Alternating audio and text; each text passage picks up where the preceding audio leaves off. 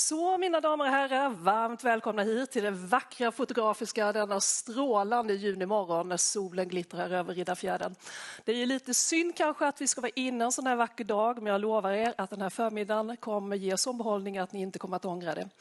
Vi ska nämligen idag inviga Sveriges nationella samordningscenter för cybersäkerhetsforskning och innovation. Och det ska vi göra genom att ha seminarium där vi ska träffa intressanta talare och lyfta spännande frågeställningar.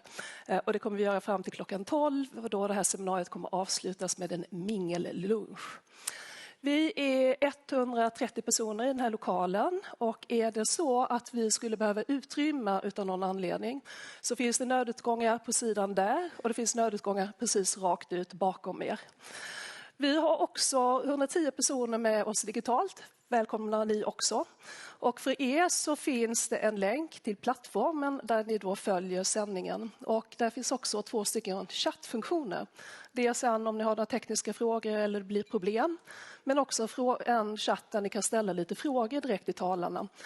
Och då skriver ni in era frågor. Jag kommer försöka se till att få med de här frågorna. Men jag kan inte vara jättesäker att jag får med alltihop. Men jag lovar att för det fall att ni inte får svar på era frågor så kommer vi se till att förmedla dem vidare till de talare eller personer ni undrade över. Vi kommer att ha en agenda som ser ut så här idag. Kan jag få bilden?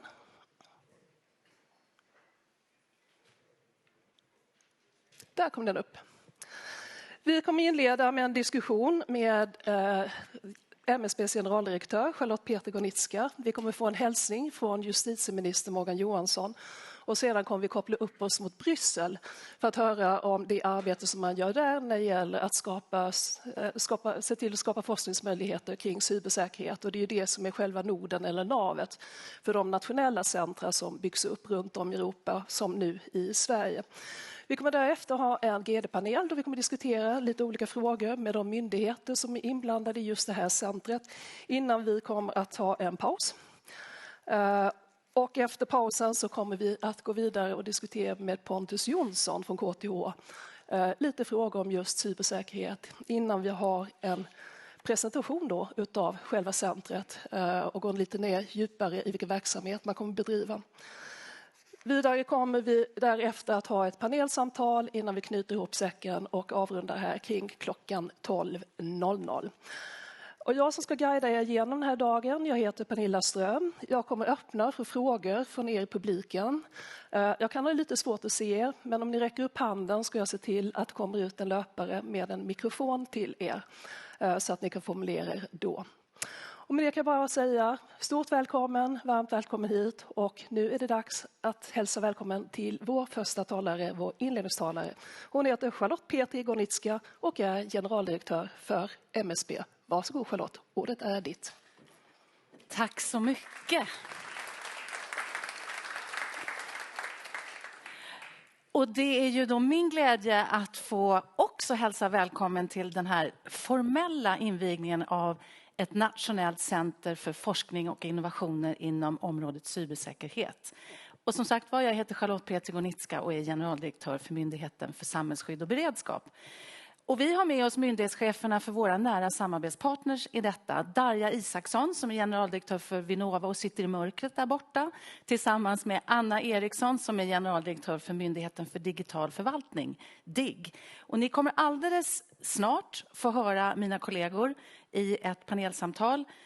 Och det är vi 3 tillsammans som hälsar er väldigt hjärtligt varmt välkomna. Det här är ett viktigt ögonblick i en inspirerande miljö när vi kan inviga Nationellt center för stärkt cybersäkerhetsforskning och innovation i Sverige, NCC-SC. EU har tagit initiativ till ett europeiskt kompetenscentrum och vi kommer snart att få höra Martin Übelhör, om det nu uttalas så, chef för Cybersecurity Technology and Capacity Building när han berättar mer om det här EU-initiativet. Varje medlemsland kommer att ha en nationell nod knuten till EUs kompetenscentrum för cybersäkerhet och kapacitetsuppbyggnad. Och den svenska noden har alltså fått namnet Nationellt center för stärkt cybersäkerhetsforskning och innovation. Och den liksom bor hos oss på MSB, NCC-SE. En uppgift för centret blir att stötta och kompetensförsörja EUs kompetenscentrum. Men den viktigaste uppgiften, den är att öppna en portal mot EUs forskningskapacitet och innovativa miljöer på just cybersäkerhetsområdet och bidra till utformning och hantering av cybersäkerhetsutlysningar inom de 2 forskningsprogrammen Horisont Europa och Digital.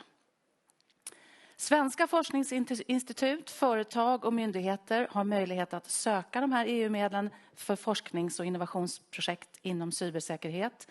Och Vinnova ansvarar för forskningsprogrammet Horisont Europa och DIG för Digital, som är ett införandeprogram med syfte att gynna en säker digitalisering. Och varför är det här viktigt? Jag kommer att lista 3 problem eller problemområden och sen en möjlighet. Det finns säkert flera möjligheter, men det är problem vi ska lösa.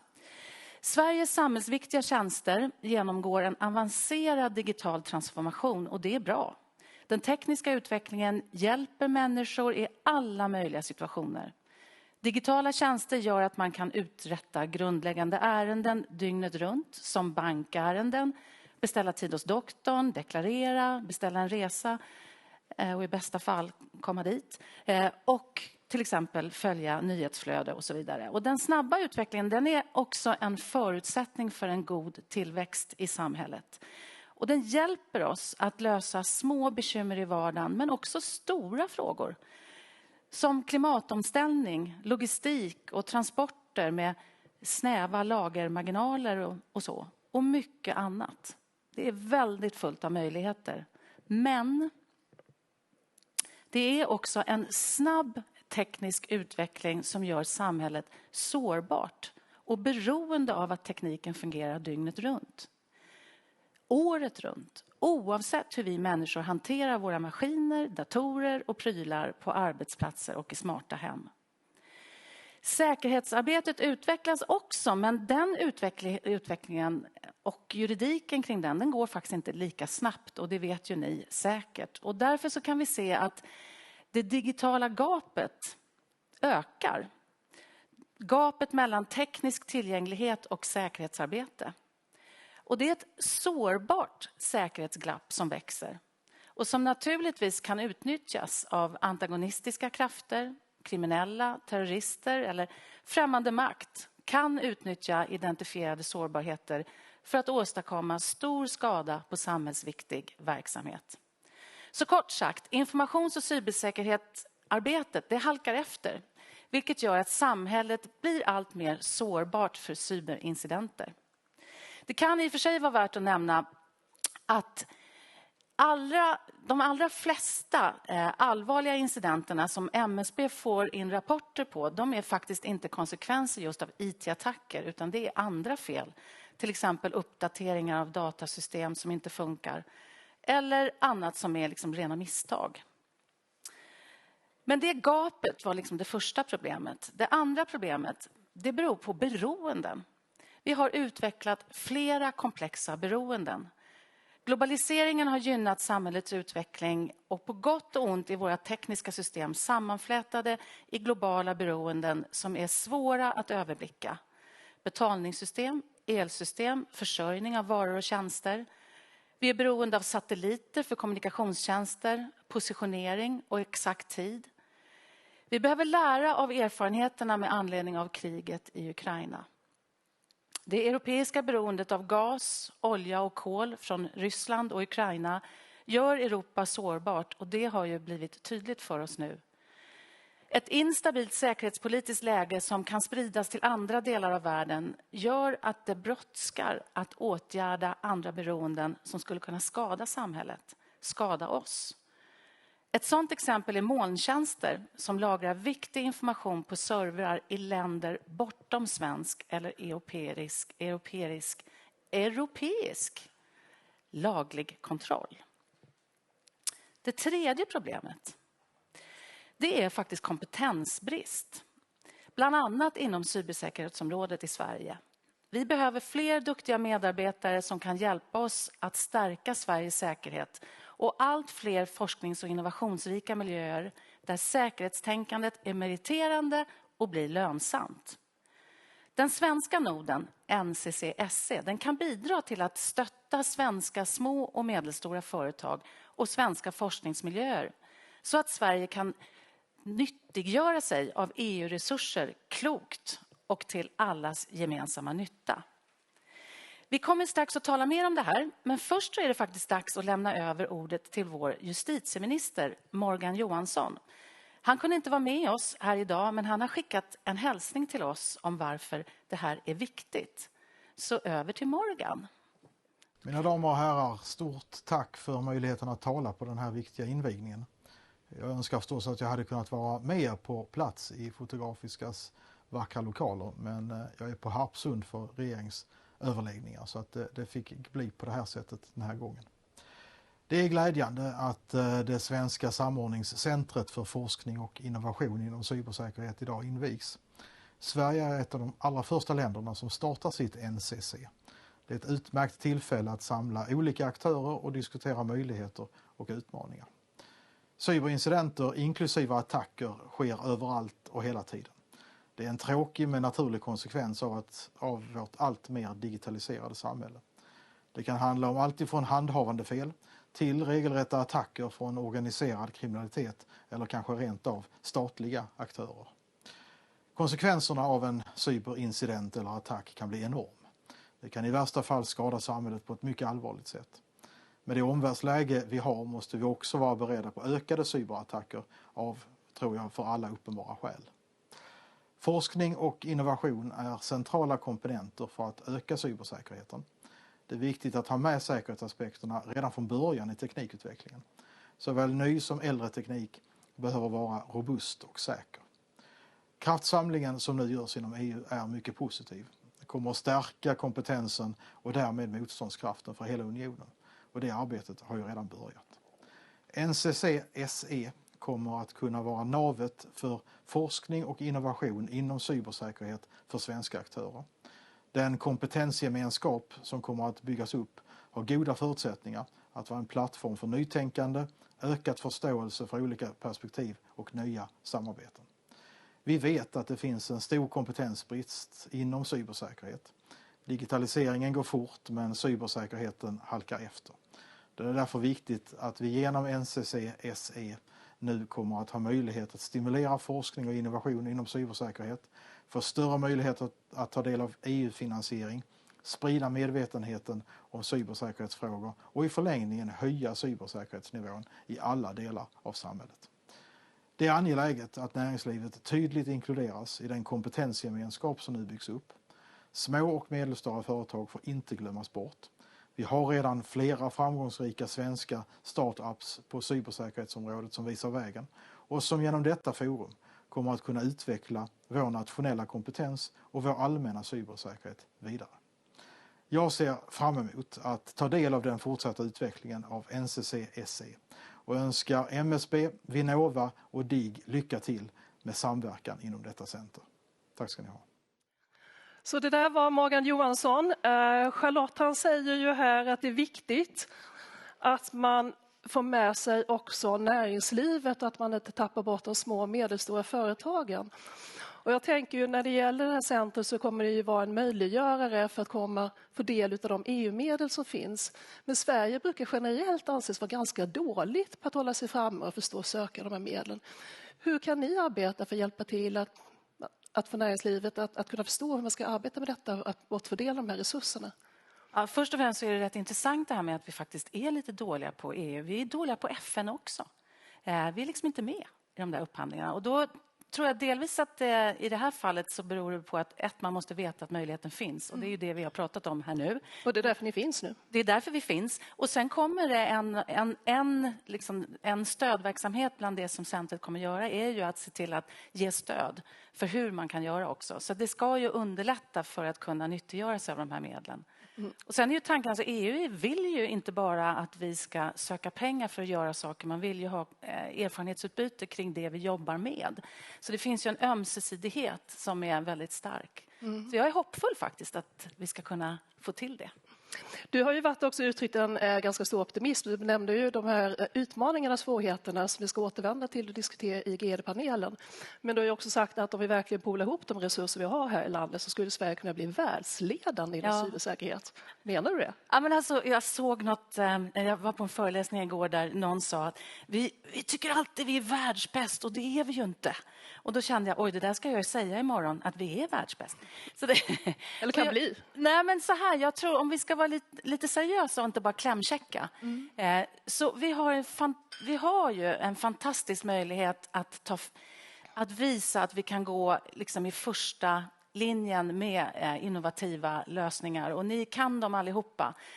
Allt ifrån Spotify till you name it och så. Och där har vi ju haft ett innovationsklimat i Sverige som, har vi det, kan vi överföra det kreativa klimatet till det här säkerhetsområdet. Då tror jag faktiskt att vi har förmågan att hitta varandra snabbt, att våga ta risker och kunna vara bland de världsbästa då. Var det tillräckligt ödmjukt? Och jag menar också att om man ska vara ytterligare allvarlig, vi bygger civilt försvar just nu i Sverige. Vi bygger en förmåga som vi inte trodde vi skulle behöva snabba på. Vi måste bli bra på det här, på cybersäkerhet. Så det kan vi liksom förstå allvaret och känna lusten i att sluta det här gapet mellan tekniska landvinningar med säkerhet från början. Då tror jag faktiskt vi kan bli riktigt, riktigt ledande i det. Och hur det där ska kunna gå till, det ska vi återvända till lite senare idag i GD-panelen. Så jag säger tack så hemskt mycket till dig, så lägger jag Charlotte Peter-Gonitska. Vi kan väl ge en applåd. Ja, tack.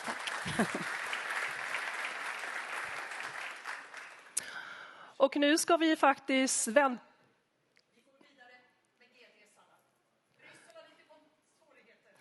Vi går vidare med GD-erna, så gör man. Då får jag be hälsa välkommen till våra kära GD igen. Så Charlotte Peter-Gonitska, generaldirektör med MSB, varsågod välkommen upp på scen.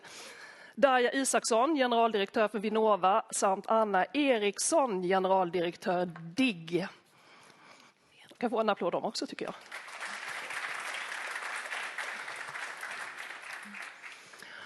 Och ni tre företräder ju de myndigheter som under MSBs kappa här samarbetar kring det här nya cybersäkerhetscentret då för forskning och innovation. Och jag tänkte börja med dig Darja Isaksson, du är generaldirektör på Vinnova, och Vinnova har ju jobbat med de här frågorna en längre tid. Ni ansvarar också för ett av programmen här som heter Horisont Europa. Berätta vad är det ni gör och vad ni har gjort hittills och vad ser ni fram emot att göra? Det gör jag jättegärna. Jag kan inte låta bli ändå när vi precis har lyssnat och har sakerna i huvudet. Låt mig börja i den här änden.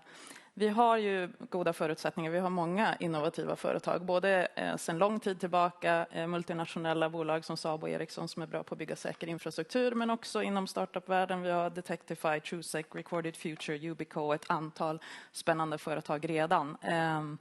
Så cybersäkerhet är ju både ett hot och en möjlighet för innovation. Så det håller jag helt enkelt med om. Den andra saken, om jag får vara lite fräck och inte svara på frågan än, det är att försöka sätta det också i ett kontext som jag tror är värdefullt för oss att prata om. Under pandemin så såg vi att globala försörjningskedjor stördes av flera olika skäl. Det ena var pandemin som gjorde att människor inte kunde gå till jobbet och fabriker stod stilla. Det andra var faktiskt extremväder. Vägar spolades bort, det brann, man kunde inte jobba som vanligt. Och det tredje var aktiva antagonistiska cybersäkerhetshot. Vi vet att de här ökar, vi vet att de är långsiktigt finansierade, vi vet att de är oerhört professionella och vi vet att de till och med är innovativa i sina affärsmodeller. All anledning att jobba proaktivt. Vad som händer nu då, det betyder att alla multinationella bolag till exempel behöver se över sina försörjningskedjor. Oavsett om vi pratar om matproduktion eller något annat. Och i det här arbetet är ju digitalisering helt centralt. Från råvaruutvinning till produktion, till logistik, hamnarna, lagren och så vidare. Överallt behöver man digitalisering. Ännu mer om man ska ta chansen när man nu gör om det här till att också driva den här cirkulära ekonomin som vi vet är helt avgörande för att vi ska ha en bra framtid som mänsklighet. Och när vi då gör det, ja, men då spelar det ingen roll om vi pratar om gruvan eller hamnen eller lagret eller e-handeln eller betallösningen. De måste vara säkra och resilienta. Och teknikutvecklingen går snabbt. Och då betyder det att det här måste ske nära. Vi måste akademi, industri och offentlig sektor jobba tillsammans på innovativa sätt.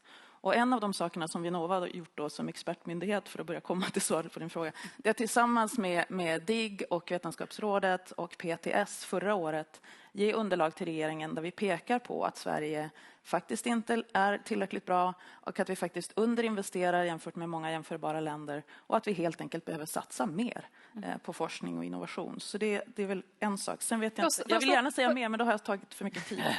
Jag stoppar dig där, för när du pratar om försörjningskedjorna så är ju detta väldigt intressant. För vad vi såg nu, det är det här beroendet vi har haft då utav just in time och hela det tänkandet. Man har inte lagren ligger ute på motorvägarna i lastbilar och annat.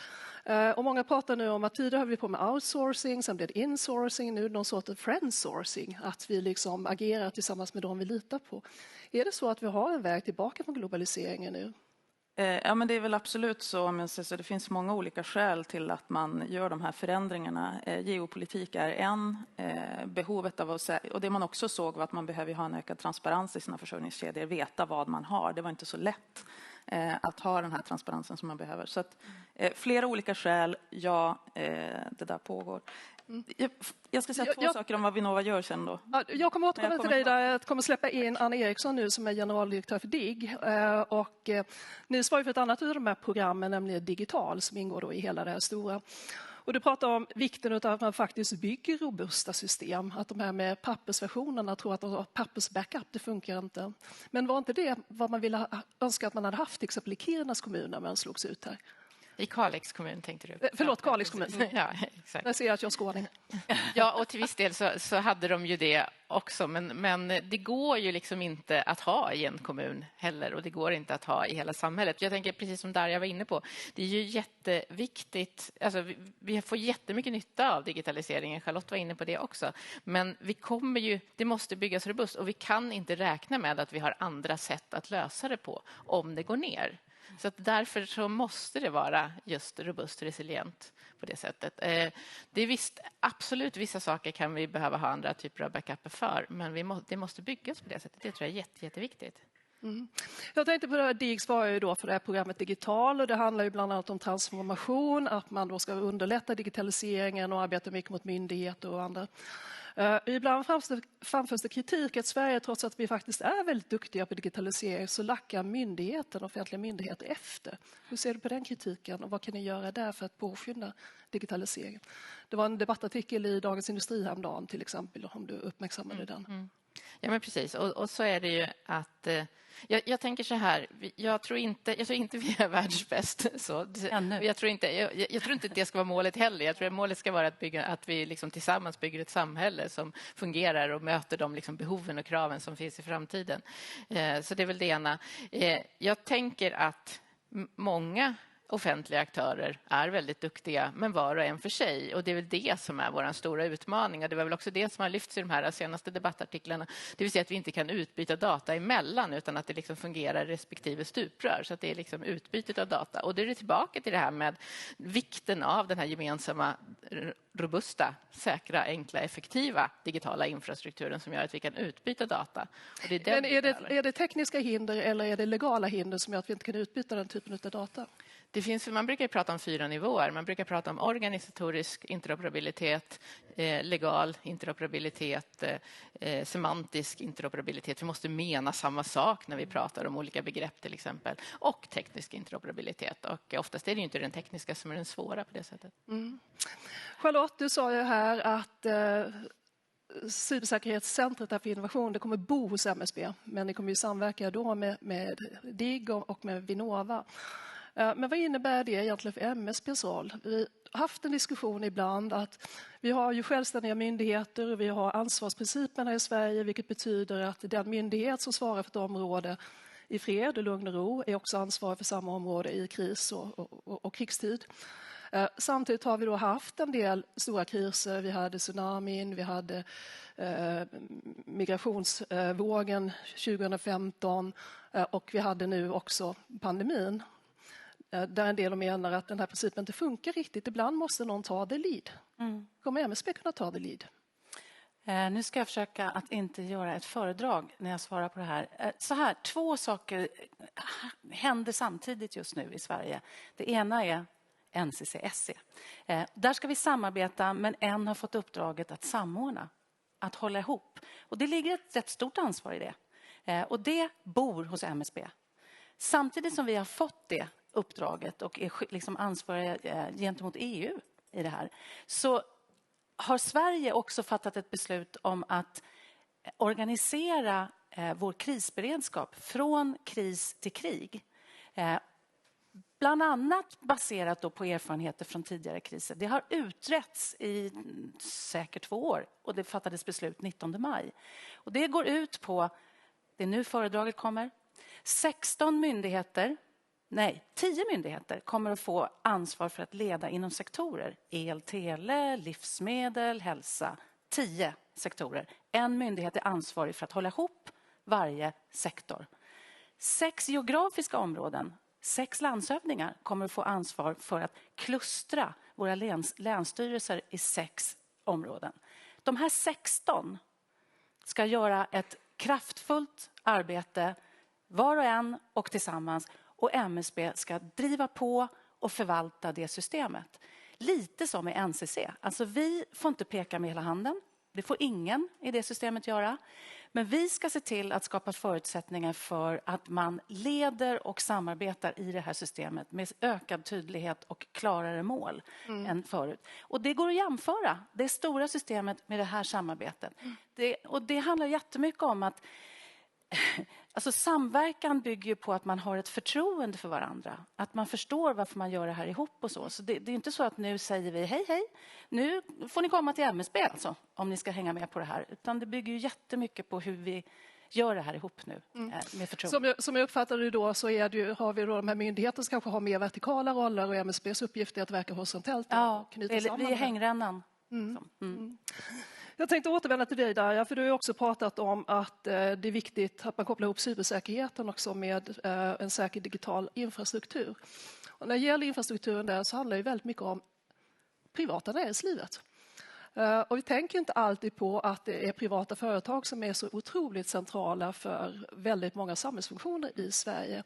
Hur arbetar man mot det privata näringslivet och hur möter man privata näringslivets förväntningar? För jag vet att det ofta finns stora förväntningar på det offentliga och att man ibland är lite besviken att man inte tycker man får tillräckligt stöd. Ja, men tack, det är en bra fråga. Då kan vi komma tillbaka. Jag är till exempel en av dem som är väldigt glad att FRA nu har ett tydligt uppdrag sedan alldeles nyss att också stödja näringslivet. För Vinnova, vi är Sveriges innovationsmyndighet. Det står i vårt uppdrag att vi ska finansiera behovsmotiverad forskning och innovation och utveckla effektiva innovationssystem. Det betyder ju att hela vår uppgift handlar väldigt mycket om att finansiera forsknings- och innovationsprojekt i samverkan mellan akademi och näringsliv. Stora och små företag och offentlig sektor. Så det är ju det vi gör hela tiden. Och det kan vi göra både genom att till exempel finansiera projekt. Så vi har portföljer på ett antal områden, inte minst avancerad digitalisering och cybersäkerhet. Finansiera startups i väldigt tidig fas. Jag nämnde Yubico till exempel, som jag såg i nyheterna idag, eller om det var igår, nu säljer för 1 miljard. De här fysiska säkerhetsnycklarna fick Vinnova finansiering 2011. Så vår uppgift är ofta att finansiera de här tidiga faserna där privata pengar inte är beredda att gå in. Och sen finansierar vi både samverkan och plattformar som sänker trösklarna för många. Och då är det värt att nämna några exempel jag hoppas vi kommer att höra mer om under dagen. Det ena är cybernoden som RISE samlar, som idag har 200 medlemmar, väldigt mycket från näringslivet men också myndigheter, som tillsammans har en dialog om identifiera forsknings- och innovationsbehov i Sverige. Vad borde vi prioritera, men också skapa förutsättningar för att sedan agera tillsammans. Kopplar upp till EU, till exempel EU-projekt som Concordia, som jag tänkte nämna, 46 parter, 23 från industrin, samarbetar med bland annat Europol och NATO. Finansierar också den här typen av strukturer som gör det lättare för många, som till exempel RISE Cyber Range, som är en plats dit man kan komma och testa sina lösningar, få tillgång till expertkompetens och se liksom vad som funkar och lär sig. Men också framåtriktat. Så jag hoppas hoppas lite, jag ser både Pontus och sig där, att vi kommer få höra mer om den förstudie som vi har finansierat som handlar om ett cybercampus. Alltså en samverkan mellan flera lärosäten, RISE och industri som skulle kunna skapa en hel del kopplat till det du sa. Om vi myndigheter till exempel samverkar ännu närmare för att skapa förutsättningar och göra det enkelt att se möjligheten i de olika EU-programmen, det jobbar vi med, så vet vi att för att vara framgångsrika där så behöver man göra bra ansökningar tillsammans som ofta ställer krav på nationell medfinansiering. Vi kan spela en roll, men även lärosäten och företag behöver då så att säga slå sina påsar ihop. Och det här är ett sådant område där jag tror att ett sådant cybercampus hade kunnat göra skillnad. Och på kompetensområdet. Vi har ett kompetensunderskott. Det handlar både om att få in utveckla bra grundutbildningar i mastersprogram, men inte minst också skapa förutsättningar för det livslånga lärandet. Vi har väldigt många, jag själv är väl en av dem, så här, ingenjörer ute i systemet som skulle kunna bygga på och göra ett ännu bättre arbete. Så Vinnova fungerar både som en sån finansiär, skapar förutsättningar för plattformarna och sen tar risker i tidiga skeden. Charlotte, du tog ju också upp just det här som en av de stora utmaningarna framöver, nämligen kompetensbristen inom cybersäkerhetsområdet. Och marknaden ropar ju redan efter människor med den här typen av kompetens. Alla jagar dem, Försvarsmakten, företag, storföretag, alla. Samtidigt som vi vet då att när det gäller till exempel fintech och annat så bygger den utveckling vi har haft i Sverige väldigt mycket på att vi plockat hit utländsk arbetskraft.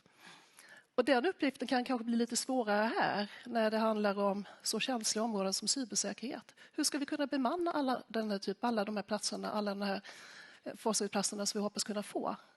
Ja, alltså det är där vi behöver hjälpas åt och hitta lösningar. Först och främst så är det stora problemet. Just nu så konkurrerar vi om arbetskraft och inom det offentliga.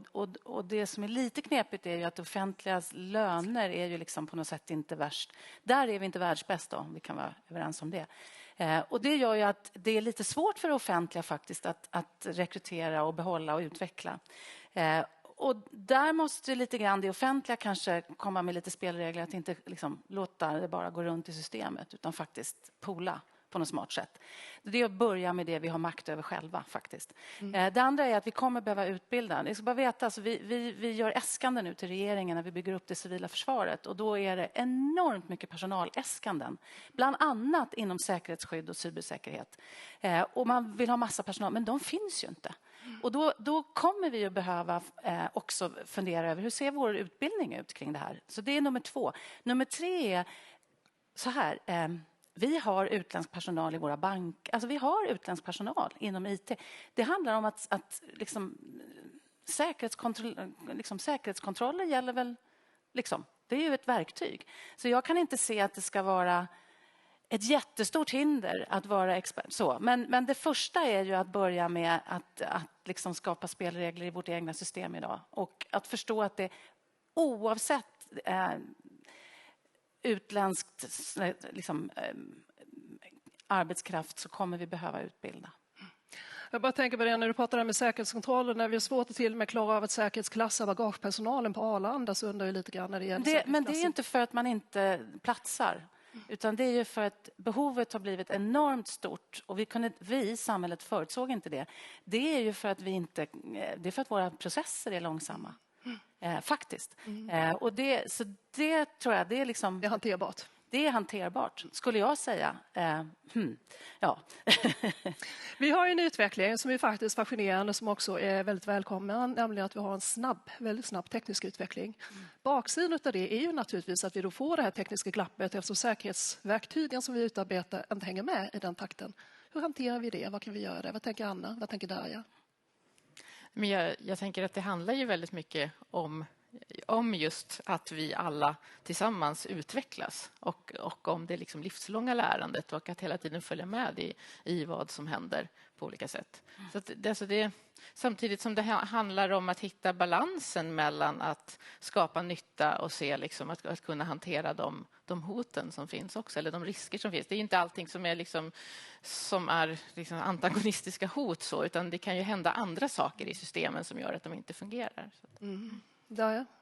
Men det korta svaret är väl det är svårt att vara världsbäst på att applicera något som man inte också ligger i framkant kunskapsmässigt på. Det är därför det är så otroligt viktigt att vi är ett land som satsar långsiktigt och ambitiöst på forskning och innovation inom viktiga nyckelteknologier.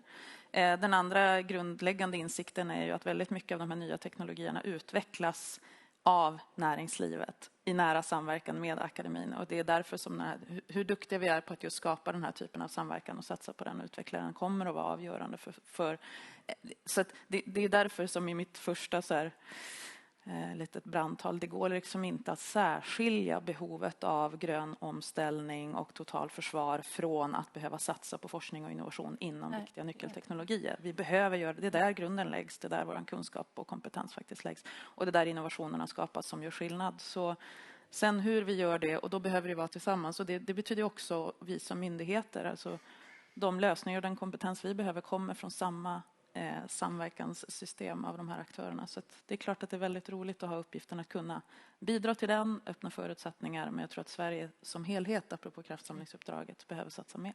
Mm. Vi vet ju att Vinnova DIG har de här projekten som rullar idag och kommer få utrymme att göra mer framöver. Nu kommer vi få tillgång då till EU-stöd och mer EU-medel.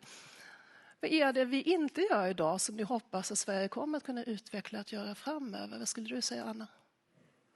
Alltså vi kan säga så här, det jag spontant ville säga nu, det är att jag tänker att speciellt digitala är ju också ett sådant program, att det faktiskt ska implementeras, att det faktiskt ska bli någonting. Jag tänker för att det ska bli något måste vi ha forskning och innovation, men vi måste ta nästa steg. Och det är väl väldigt mycket det jag tänker, att det är först då vi får ut nyttan av allting. Så det tror jag är en väldigt viktig del, att det verkligen, vi ser till att det blir någonting. Och då handlar det ju förstås om att jobba jättenära näringslivet, men det handlar också om att faktiskt ta fram det vi behöver inom det offentliga också. Det där, ja. Ja, nej, men och det ligger något i det, och de sakerna hänger ju ihop då. Jag tänker till exempel en konkret sak som jag hoppas är att vi kommer ännu längre i att faktiskt ha bra och skarpt utvalda test- och demomiljöer där man faktiskt utvecklar och bedriver den här applicerade forskningen. Utvecklar de här nya teknologierna, de här nya typerna av infrastrukturer, och då tänker jag hamnar och flygplatser och fabriker och sjukhus och så vidare. Och de knyter ju an till digitalprogrammet som pratar om behovet av att ha test and experimentation facilities som kommer att bli referensarkitekturer för många av de här lösningarna. Så att ligga i framkant där betyder att man tar en position, för man är med och utvecklar vad det är som ska gälla till exempel. Så det hoppas jag att vi kan satsa ännu mer på. Jag hoppas att vi får till de här långsiktiga strukturerna som kan driva på kompetensutveckling som Cybercampus skulle kunna göra. Och sen hoppas jag faktiskt en sak som vi inte har pratat så mycket om. Vi berör det här med regelverk till exempel. Om man tittar ut i vår omvärld så finns det något som kallas för regulatoriska sandlådor. Egentligen koncept för att ha ett plats- eller tidsavgränsat undantag där tillsynsmyndigheter jobbar integrerat, men där man faktiskt kan och EU använder den typen av verktyg kopplat till exempel digitalprogrammet, och Sverige har en utredning som pågår just nu, så en sak jag verkligen hoppas, och det är grundlagsprövat, vi hade försöksverksamhet i kommunal verksamhet på 80-talet, som det är något jag verkligen hoppas är att vi får en bra förutsättningar att även i Sverige, precis som man gör i Kanada, Tyskland och Sydkorea, jobba med regulatoriska sandlådor. Det tror jag hade kunnat göra en skjuts i mycket. Och Charlotte, när vi står här om 5 år, vad är du gladast över att man har uppnått då inom det här cybersäkerhetsforskningscentret? Ja, jag kommer vara jätteglad om vi kan peka på 1 eller 2 områden där det här har hänt. Där vi har utvecklat kunskap inom någonting som är samhällsnyttigt och som vi kan ta på. Alltså samhällsnytta i vår omvärld som liksom blir konkret och inspirerar till mer av det.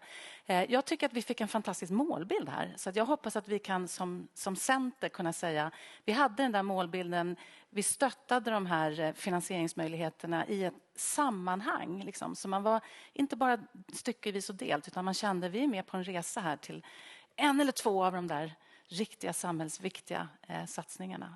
Så det vill vi kunna säga om 5 år. Och sen att vi blev några fler som jobbar med det här området.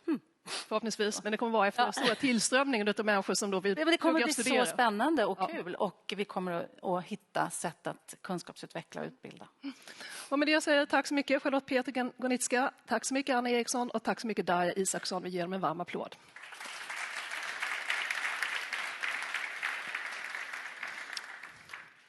Och nu ska vi se om vi lyckas lite bättre med att få kontakt med Bryssel. And I would say A very warm welcome to you, Mr. Martin Übelhör. You are working for the European Commission. You are head of sector cybersecurity, technology and capacity building. And you're going to talk about the EU's cybersecurity strategy and the Cybersecurity Competence Center and Network Initiative. You have been waiting. I'm sorry for that, but now I hope that the technique will be with you. So the floor is yours. Excellent. Thank you very much. Good morning to Stockholm. I hope you're all doing well. So, indeed, I will try to kind of promote a bit and kind of explain a bit, this, how this great day, for MSB and for the Swedish National Coordination Center, how it fits in with the initiative at the European level. I've had the privilege to listen to the last couple of minutes of the panel. Unfortunately, my Swedish is a bit rusty, so I would love to make the connection with what was discussed before, but I will not be able to do so. But anyways, I'm very glad to be with you today, even if it's remote.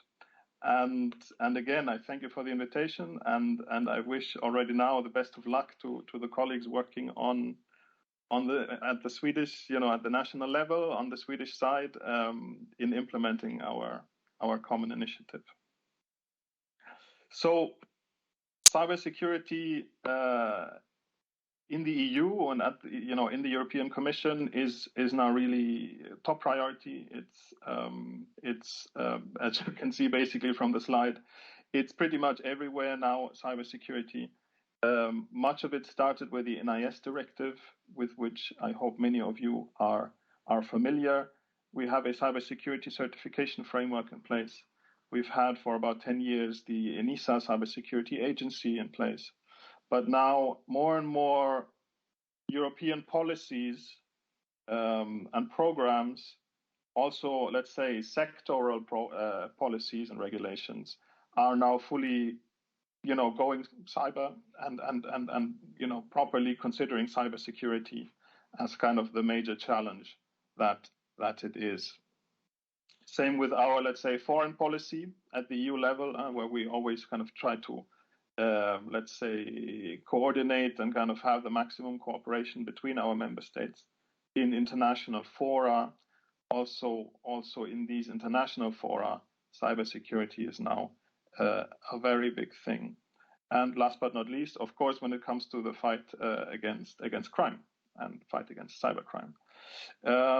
So in general, what we try to do at the European level is to, foster a maximum of collaboration between the actors in our internal market.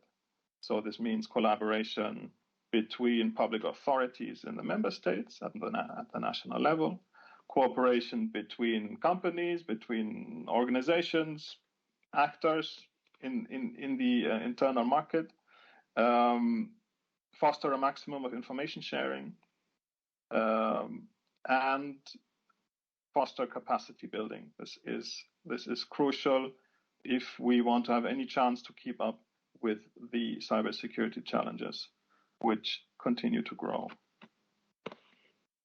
So, but now I personally have had the privilege to have been on this journey for setting up a cybersecurity competence center and a network of national coordination centers. And today we celebrate the inauguration of the Swedish NCC. I've had the privilege to be on this journey from the start. And maybe it's interesting for you in the audience to just have not only get a European perspective, but also get a slightly already historic perspective of how this started and how it fits in. And because I think this will also show a bit, where the journey might be going. So I've also had the privilege, of course, to already for years work with the colleagues in the MSB, colleagues like Christopher Karsberg or Carolina Sander, who work with us in the network of NCCs and who work sit on the governing board of the competence center. So I would already now like to thank them for fruitful cooperation up until now, and wish them, of course, good luck with the future. So in a nutshell, if you look now at the regulation which sets up the Cybersecurity Competence Center, the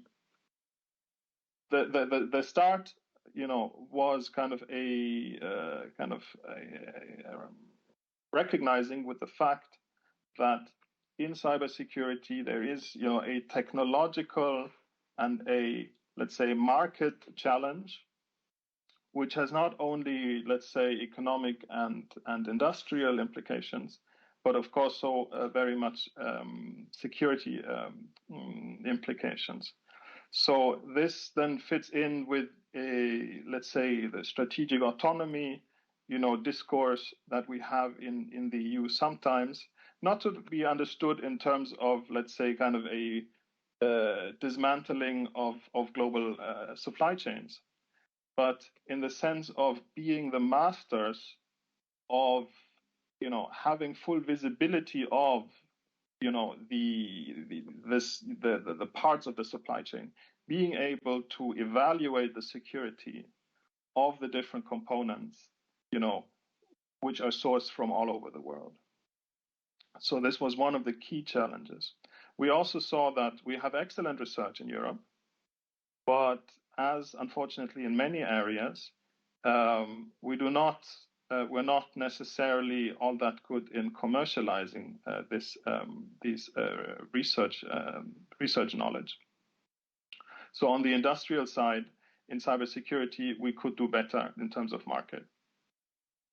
But also we have seen that there are many, let's say, disparities in terms of the capacity within the community, between member states, as to, how much is there in terms of research, how much is there in terms of technology development, let's say, the interaction between the supply side of cybersecurity technology or cybersecurity know-how and, let's say, the demand side.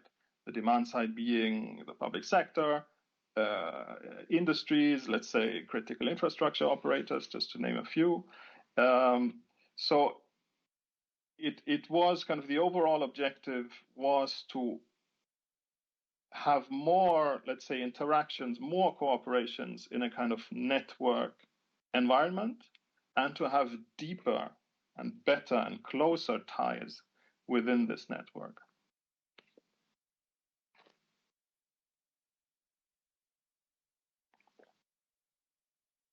So in a nutshell, we didn't start from scratch. We had already, for a long time used European research and innovation funds in order to support cybersecurity research and innovation. We had also had some experience with a smaller European financial program to support, let's say, policy in the largest sense of the word in cybersecurity, meaning, for example, supporting capacity building in public CSIRT, to just name one example. And we had a public-private partnership with an organization called EXO, which ran from 2016 to 2020. We had also, I think it was in early 2018, we had launched an initiative for a set of pilot projects. And I know that the RISE, for example, from Sweden, has played a very active role in one of them. So 4 pilot projects financed from Horizon Europe, our research program, to basically experiment and test with this, network approach, to basically see, how can it work, to, what mechanisms can be put in place to have to achieve what we wanted, which is a broader network and at the same time a deeper, stronger network. So these projects are still running. We're now basically reaping all the results and all the benefits from these projects. Some of them are slowly coming to an end, but it has been very timely. So as kind of part of the bridge from let's say the concept to the actual implementation. So now what we have now, so in Europe, things need to take their time. So what we proposed in 2018 was a regulation that sets up one European cybersecurity competence center, which then later on was decided to be located in Bucharest, in Romania, and to create a network, and this is the focus of our discussion here today, a network of national coordination centers, one per member state, which would basically have very similar objectives as the European Center, but basically at the national level, to basically amplify and complement whatever can be done from the European level in order to make sure that, one, we really reach further into the community, and it can be difficult to do this from Brussels or from Bucharest, hence, the kind of, let's say, national dimension. And two, to make sure that we really connect with whatever, let's say, policies and whatever structures and whatever stakeholder constellations had existed before. So this was a key element in the proposal, was to reassure our member states that we're not going to reinvent the wheel, that we're not going to do something just from Brussels or just from Bucharest, but that we really want to do this together and that we can really complement each other, but also that we want to invest jointly. The intention, of course, is also to increase the overall amount of public support which is invested for cybersecurity purposes.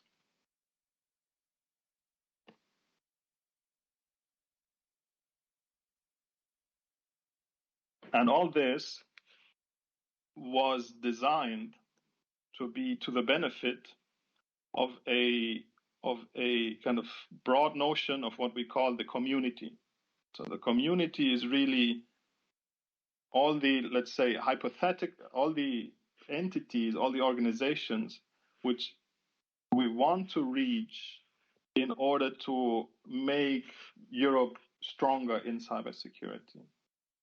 So of course you have, let's say, key players like research labs or like companies, cybersecurity experts, let's say, on the supply side of the technology, but also try to bring in and reach out first, let's say, beyond usual suspects. And that also means involving, startups, small scale-ups, smaller entities, weaker entities which not normally would participate in EU programs and activities. And then, of course, in particular, the demand side or the application side. So really bringing in, entities which can benefit from the expertise that we have in this network and in this community. This is a bit, let's say, a new ecosystem which was put in place by this regulation. This regulation has now been enforced for a year. So we basically started a year ago a completely different phase where we went from this legislative negotiation and the conceptualization into let's say, implementation and putting it in place.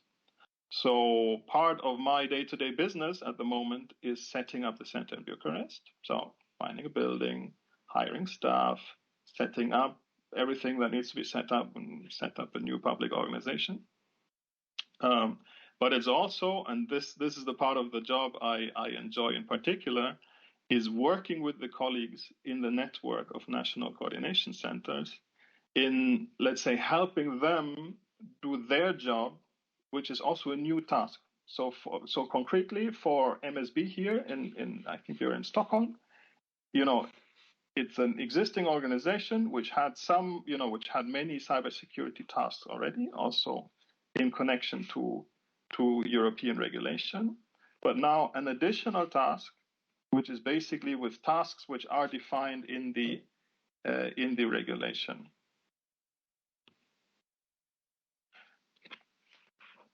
And so here, just a few of, again, I didn't understand what has been discussed before in the panel.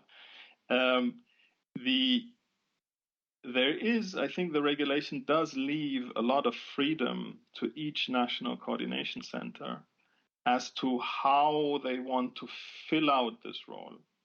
I think when I compare the different, when I see what's happening in the different member states, people are still getting organized to some degree, and people are still still kind of in a state where they are, conceiving, let's say their strategies, and also kind of setting up structures and also hiring people, etc.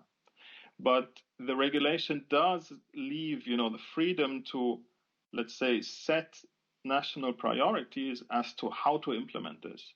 Do you want to rather focus more on the research and innovation side, or do you more want to focus on, let's say, the application side and the uptake? So is it more about reaching, let's say, the demand side, or is it really fostering research and innovation, fostering startups and scale-ups? There is so when let's say the regulation, but also let's say the work at the European level in the network is not overly prescriptive on this. So currently, I'm very kind of excited to see, let's say, what will be the first, what will be the, let's say, national kind of ways of carrying out these tasks. And I predict there will be lots of variation, and it will be very exciting. And then there is this network for people to learn from one another and to exchange. I'm very grateful for the colleagues, Caroline and Christopher, who have been engaged very actively already in this network. And so right now we're setting up, tools. So you may have heard of the Atlas, which is kind of a bit of for the moment, it's a bit of a phone book of, who we think is part of this community. And this starts with, what I said before, the public-private partnership and the 4 pilot projects. But this is now all being, let's say, newly developed and transformed into this bigger community. And again, the national coordination centers, like the Swedish one, have a key role in all this, let's say, development of the structures which will support the community. Allow me to just very briefly still, because the proof of the pudding is in the eating, as they say. So let me just briefly kind of explain to you, how we so far kind of have tried to implement this when it comes to funding priorities. So you may know our research and innovation program, Horizon Europe. It's been long-standing. It's been a long-standing, let's say, cornerstone of what we do in Europe to support businesses and to support research and innovation. So here you see a couple of topics which we currently think are key for us to advance on, because we think that they are key in terms of what is needed to implement regulation properly, and what we think is key in order to basically meet the challenges that we see as we see them today. So you see topics on cryptography, you see topics on, security, let's say, assessment and certification, artificial intelligence, of course. Artificial intelligence can be a tool for security. It can also be a tool for the bad guys, but it also can be part of the attack surface. So artificial intelligence is a particularly tricky part of the technological challenge. And then what you may be less familiar with is the Digital Europe program, which is a new European program, with a large pillar on cybersecurity. And in a nutshell, this program is support to kick in where basically the research and the innovation and the, let's say, the technological part has matured. So this is then, you see their topics, we want to set up a network of so-called security operation centers. We want to foster cybersecurity training for public sector and for private sector operators, for example, through supporting cybersecurity ranges. We want to support, security in 5G, so supporting, again, public authorities and mobile network operators to make the most of our EU 5G security toolbox. And then there's a very interesting topic, which we call uptake of innovative solutions, which is basically really a bottom-up topic where you can come up with a lot. I mean, there's some examples given in this call, which will open in September. But you can do a lot of things. You can support incubators. You can support. You can launch bug bounty programs. So there is really there are few, let's say, limitations to the creativity of how how these possibilities can be used. The only common denominator must be it has to increase our cybersecurity posture in Europe.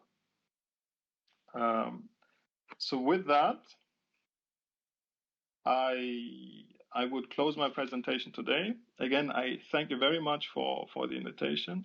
I wish the best of luck to the colleagues in the Swedish National Coordination Center, and I'm looking forward to working with them in making this initiative a success. All the best to you. Thank you so much, Martin.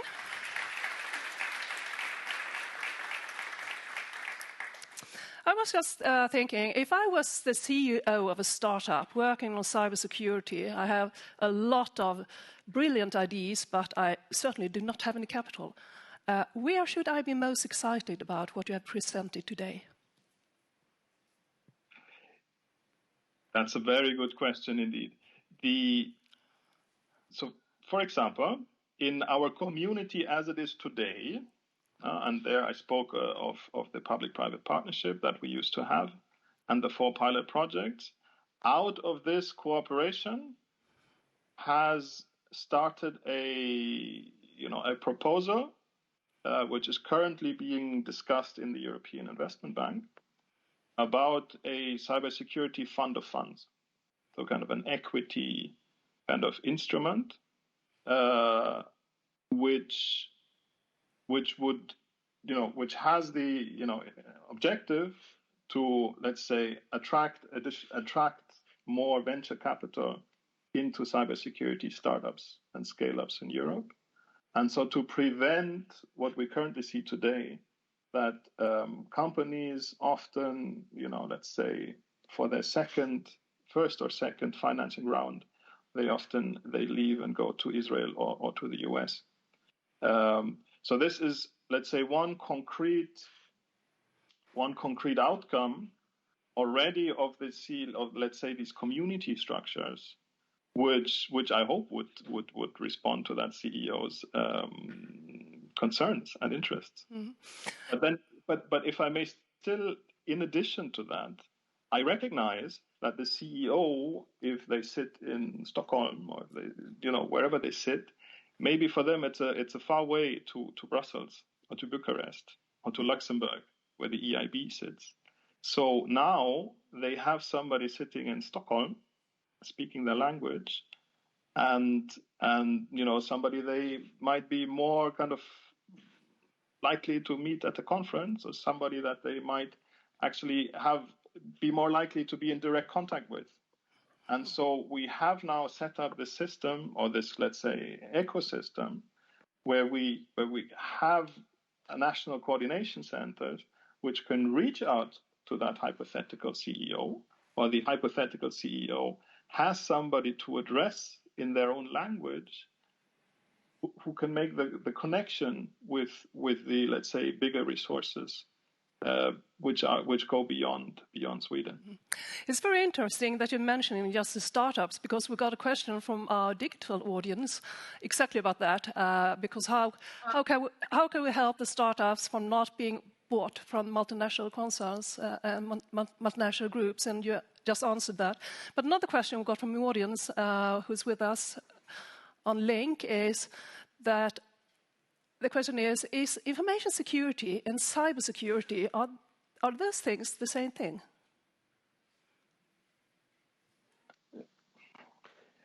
Because very often today, cybersecurity questions, topics are taken care of by the information security departments in the companies. Sorry, I didn't understand. Because very often today, the departments within the companies who's taking care of the information security are the same that also are responsible for cybersecurity. Okay, I think I got it. I mean, there are, of course, different aspects, and there are different actors within an organization which need to work together. I mean, without cybersecurity, data are neither secure and they're not protected. So you have kind of a data protection element, you have a data security element, and a cybersecurity element. So I think what that also means is that within one organization, the different parts need to work together in order to make it happen. And I think part of what our initiative can contribute to this is technology and eventually products which make this complexity manageable. Mm-hmm. I was also wondering, because you were mentioning that 30% of the European demand is met by companies with headquarters outside of Europe. Is that really a problem, considering that most of those companies are in the United States?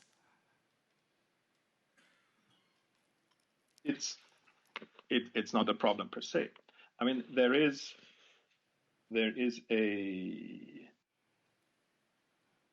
a purely commercial and industrial logic on the one side, which is, where cybersecurity is a market which is growing at a 10% rate. And I would like Europe to benefit, from these economic opportunities. So it's from a commercial point of view that you want them to be in Europe rather than in the United States. So it's not of security reasons that you want them to be in Europe. I was getting to the other part of the argument, which is that for certain, particularly sensitive operations or particularly sensitive functions, there is in many organizations a growing concern about the availability or non-availability of European offerings. Because unfortunately, we are in this world where there is a geopolitical, contest, which plays out in technology and which plays out in cyberspace. And there are issues of trust. And so, thank goodness, this doesn't have to be the concern of every single, organization, and it doesn't concern every single, let's say, product. But there are, when it comes to really sensitive topics and functions, and often they were also speaking about the public sector and the member states. So really, let's say the security part of government, where people are concerned and where there is kind of a trust issue. And I'm sitting in Brussels. My concern is increasing the trust between the Europeans and fostering the cooperation between the Europeans, and also creating opportunities for European companies. Okay, thank you very much, Martin Übelhör. I've got a last question to you. Sweden is among those countries that are very first putting up a national center for this kind of topics. What are the other countries doing? Are there some countries marking themselves out that you think they're doing something very, very interesting?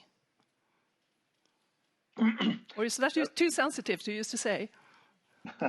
No, I mean, I will not comment on individual member states, because typically we don't do this. We don't point fingers and we don't gossip. But at the macro level, we do see that there are certain, that, let's say, the maturity of the market and the sector in that respective member state has an impact on how this initiative is being implemented, and the same also on the public sector side.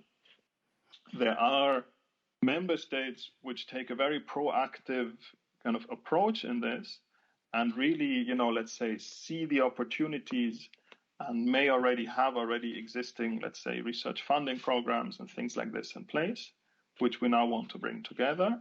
And there are other member states who are in a less fortunate situation, and who really can benefit and can learn from their colleagues in the other member states. Mm. And so it's a very interesting landscape, and as I said before, I'm very excited to see the different, let's say, instantiations of what will come up. Yes, it's going to be very interesting, and I don't think that you heard Director General Charlotte Peter-Gornicka, but she promised that Sweden is going to be the best in the world on cybersecurity in due time. So you hang on and watch us, Martin. Excellent. Okay, thanks so much for being with us from Brussels, and have a very nice day. Thank you.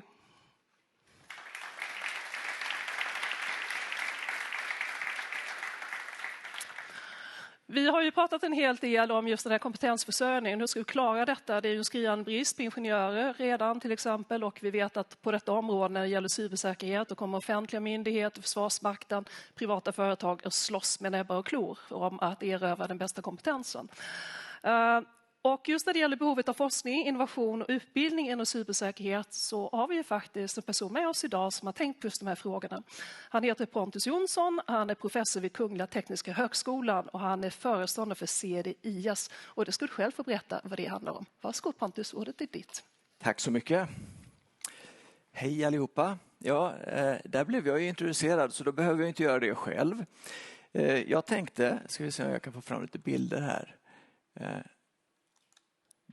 Att jag skulle prata om behovet av forskning, innovation och utbildning inom cybersäkerhetsområdet. Och vi har ju berört det här redan innan. De tidigare talarna har varit inne på de här områdena, så att vi är väl förberedda. Här är 3 viktiga faktorer som avgör väldigt mycket vår sårbarhet och det predikament som vi befinner oss i idag. Det första som Charlotte och andra har poängterat, det är att vi har ett väldigt stort beroende av datorsystem idag. Den digitala infrastrukturen är jätteviktig. Jag tror inte att jag behöver poängtera det så mycket mer. Jag noterade i förrgår, det stod i tidningen, att nationalekonomer hade kommit fram till att om 10 år så kommer, om vi inte digitaliserar ordentligt, så kommer det att kosta oss 1000 miljarder kronor varje år om vi inte digitaliserar ordentligt. Så att det finns jättestarka drivkrafter för att vi ska fortsätta digitalisera också. Så det är inte bara den sårbarhet som vi befinner oss i idag och det beroendet som vi har till de här systemen som är viktigt, utan det är också vad som kommer framöver. Sen den andra saken, det är de angripare som vi ser i vår omvärld. Det har hänt väldigt mycket under de senaste decennierna. För 20 år sedan, 25 år sedan, då var det största hotet på internet, de hette The Cult of the Dead Cow, och det var ett hackerkollektiv av ungdomar i USA. Det är inte så det ser ut idag. Idag är det största hotet, det är nationalstaterna. De lägger jättestora resurser på sina offensiva förmågor. Alla nationalstater gör detta nu. Vi är förstås jätteoroliga för Ryssland och Kina eftersom de är väldigt aggressiva på internet och de också har inte tillhör vår allians så att säga. Så det finns då väldigt stora förmågor och så finns det här stora beroendet av digitala system. De två tillsammans, de skapar ju en ganska explosiv kombination. Men det hade inte varit något problem om vi hade kunnat bygga säkra IT-system. Om vi hade kunnat bygga säkra IT-system, då hade vi kunnat ställa ut dem på internet. Och så skulle angriparna, de skulle kunna försöka hacka sig in, men de skulle inte lyckas. Och vi skulle kunna ha jättemycket värdesaker i de här systemen och låta dem styra oerhört mycket värdefulla saker.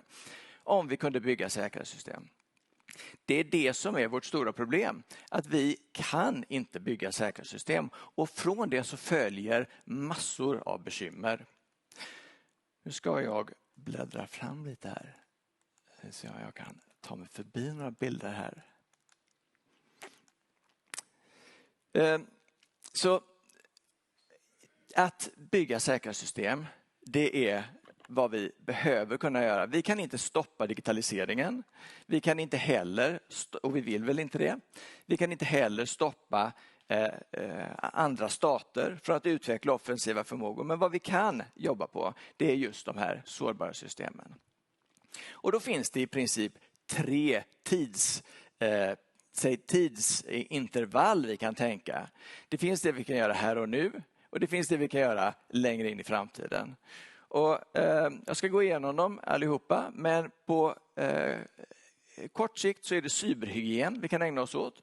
På mellanlång sikt så är det kompetens, och på lång sikt så är det forskning och innovation. Bygga verktyg för att kunna bygga bra IT-system. Men jag ska börja längst till höger i den här bilden med verktygen. Och då är det så här att vi upplever idag i våra produkter som vi är beroende av en aldrig sinande ström av sårbarheter. Det är jättekonstigt faktiskt. Om man tar bilden här till vänster så är det Microsofts månadsuppdatering. Varje månad så släpper de en säkerhetsuppdatering. Och den uppdateringen, den innehåller typiskt 100 sårbarheter som de har fixat under den här månaden. Och månaden innan det, då var det 100. Och månaden innan det var det 100 till som man har hittat. Det dyker upp otroligt mycket sårbarheter. Och många av dem är kritiska. Här är från april, då var det 120 sårbarheter. Varav ett dussintal var kritiska sårbarheter. Jätteallvarliga sårbarheter. Det är de som bygger system som det ser ut så här. För Microsoft är ett bra företag. De är säkrare än de flesta. Men alla andra stora, Google och Apple, de har samma siffror. Om man tar de som förvaltar IT-system så ser det likadant ut.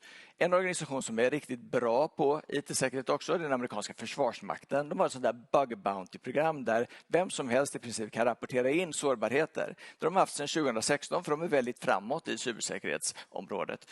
De har fått in 20 000 rapporter sedan 2016. Det är jättemånga rapporter. Och här finns en lista över olika typer. Unauthorized access to personally identifiable information leads to mass account takeover. Kritisk. Massa sådana riktigt kritiska sårbarheter. Så om amerikanska försvarsmakten inte kan förvalta sina system så kan inte många andra organisationer heller göra det. Om Microsoft inte kan bygga system ordentligt så är det inte många andra som kan det heller. Så det här, det är inte ett problem. Det är inte ett problem med pengar. De här bolagen har pengar. Det är inte ett problem heller med viljan. De vill. Microsoft kanske inte ville på 90-talet när The Cult of the Dead Cow var aktiva. Men nu vill de. Det är inte det som är problemet. Och Department of Defense, de vill. De är jättemåna om sin säkerhet. Det är inte kompetens heller. De rekryterar de bästa. Så att det är inte det att de inte få tag på bra människor. Problemet är att bygga programvara, så avancerad programvara som vi nu är beroende av, det är för svårt. Ingen kan göra det. Det är kognitiv komplexitet som är problemet. Vi har huvuden som är så här stora som mitt, eller Tommys här. Men vi har problem som är mycket större. Det är miljontals rader kod i nästan alla IT-system som vi bygger idag. Och när en programmerare då ska skriva en till rad kod, då kan den interagera med alla andra rader och kod. Och då leder det till, förvånansvärt ofta, eller det är inte så förvånande att det leder till misstag. De begår misstag för att det är svårt. Det som är konstigt och som är någon egenskap hos IT-system, det är att de här misstagen, de blir ofta väldigt allvarliga sårbarheter. Och varför det är så, det vet jag inte riktigt. Det har jag teorier om, vi kan prata om på rasten. Men så är det. Så att det här är grundproblemet, och lösningen är att vi måste ha bättre verktyg. Vi måste ha bättre operativsystem, vi måste ha bättre programmeringsspråk, vi måste ha bättre utvecklingsplattformar, vi måste ha bättre analysverktyg, bättre förvaltningsverktyg. Vi måste ha mycket bättre verktyg att ge till de här utvecklarna och förvaltarna. För att det är för dem just nu som att försöka bygga en skyskrapa och bara ha några spadar och en hammare till förfogande. Det går inte att bygga så komplicerade system med så enkla verktyg. Man måste ha bättre verktyg. Och då behövs forskning och innovation. Så det här är en jätteviktig funktion för forskning och innovation. Att tillhandahålla de här verktygen för att kunna bygga säkra IT-system. Nu är problemet med forskning och innovation att det tar lång tid. Det kan ta jättelång tid. Och då leder det till att den situationen vi befinner oss i idag, nämligen att vi har en massa IT-system som vi har byggt, som inte är säkra, som vi förlitar oss på. Så då befinner vi oss i situationen som på den här bilden, att vi har en massa hål som måste täppas till. Och det sättet som vi kan göra det på, det är genom att kasta folk på det. Och det är det vi gör. Och vi hörde också tidigare våra generaldirektörer bland annat tala om det stora kompetensbehovet vi har. Det beror på att det behövs jättemycket folk för att sköta alla de här sårbara systemen. Så vi har i Europa, det finns en studie, 200 000 människor, experter inom det här området fattas i Europa. Det var 2021 och det var 170 000 året innan det. Så det här är den andra stora uppgiften för universitetsvärlden, för lärosäten, för utbildningssektorn generellt sett, att utbilda inom cybersäkerhetsområdet. Så på riktigt lång sikt så har vi teknikutveckling, forskning, innovation. På mellanlång sikt så är det utbildning. Och utbildning tar också lång tid tyvärr. Inte lika lång tid, men det tar ändå tid. Så då kommer vi till den sista då, och det är cyberhygien brukar man kalla det. Och då har vi till exempel det nationella cybersäkerhetscentret som har kommit ut med en rapport för några år sedan var det. Det här kan man också hitta om man googlar på nätet. Goda råd. Vad ska man göra idag för att säkra upp sina system så att de i alla fall blir lite säkrare? Och då är det ganska överraskande att vi inte är så bra på att uppdatera IT-systemen till exempel. Vi har ofta dåliga lösenord och vi gör inte säkerhetskopior och sådana saker. Det är sånt som alla vet. Det är ganska konstigt att vi inte har fixat det, för det här kan vi faktiskt göra nu. Men även om vi fixar de här grejerna så kommer vi ha jättestora problem. Så det är de här tre. Nu måste vi göra cyberhygien, sen är det kompetens och sen det långsiktiga är forskning och innovation. Och här är utbildnings- och forskningssektorn naturligtvis kritisk. Jag tycker att man talar lite för lite om detta. Den här konferensen är jättebra för att man talar mer. Här talar vi om behovet av forskning, innovation och utveckling. Vi talar för lite om det tycker jag. Generellt sett i Sverige det är mycket tal om vad som behöver göras här och nu. Men det kommer inte att lösa problemet på riktigt.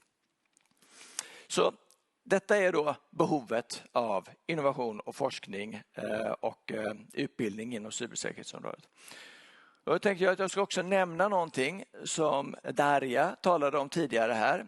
Vinnova finansierar en förstudie som drivs av KTH, RISE, Shahid sitter här, Försvarsmakten, MSB och Karlstads universitet för någonting som vi kallar Cybercampus Sverige. Och då är det en nationell satsning på cybersäkerhet, just inom forskning, innovation och utbildning. Där vi kommer tillsammans, många universitet, yrkeshögskolor, lärosäten, men också företag, forskningsinstitut förstås, och offentlig sektor, myndigheter. Det här finns i många andra länder. I Frankrike har man heter förstås då inte cybercampus utan campus cyber. Man har 2 faktiskt i Frankrike. I Schweiz har man ett Cyber Defense Campus. I Norge har man någonting liknande. Det finns flera stycken i Tyskland. Så det här är någonting som det finns goda förebilder för i Europa. En sak som man kan bli lite förvirrad över i cybersäkerhet, och inte minst en dag som idag, det är alla dessa centrumbildningar. Hur hänger de ihop egentligen? Vi har det nationella cybersäkerhetscentret De ägnar sig då mest åt det som jag skulle klassa som cyberhygien. Vi kan se här på bilden vi också Cybernorden nämndes idag, RISE och Vinnova och andra. Och sen så har vi dagens nationella samordningscentrum för forskning och innovation. De två, Norden och det nationella samordningscentret, de verkar inom forskning och innovationsområdet. Det som skiljer cybercampus ifrån dem är att cybercampus är en utförare. Så det är inte samordning som är huvudsyftet för campus, utan det är att faktiskt utföra forskning, innovation och utbildning. Jag talar jättegärna mer om campusidén, men jag tror att givet klockan som jag ser här att jag får ta och avsluta här. Så tack så mycket.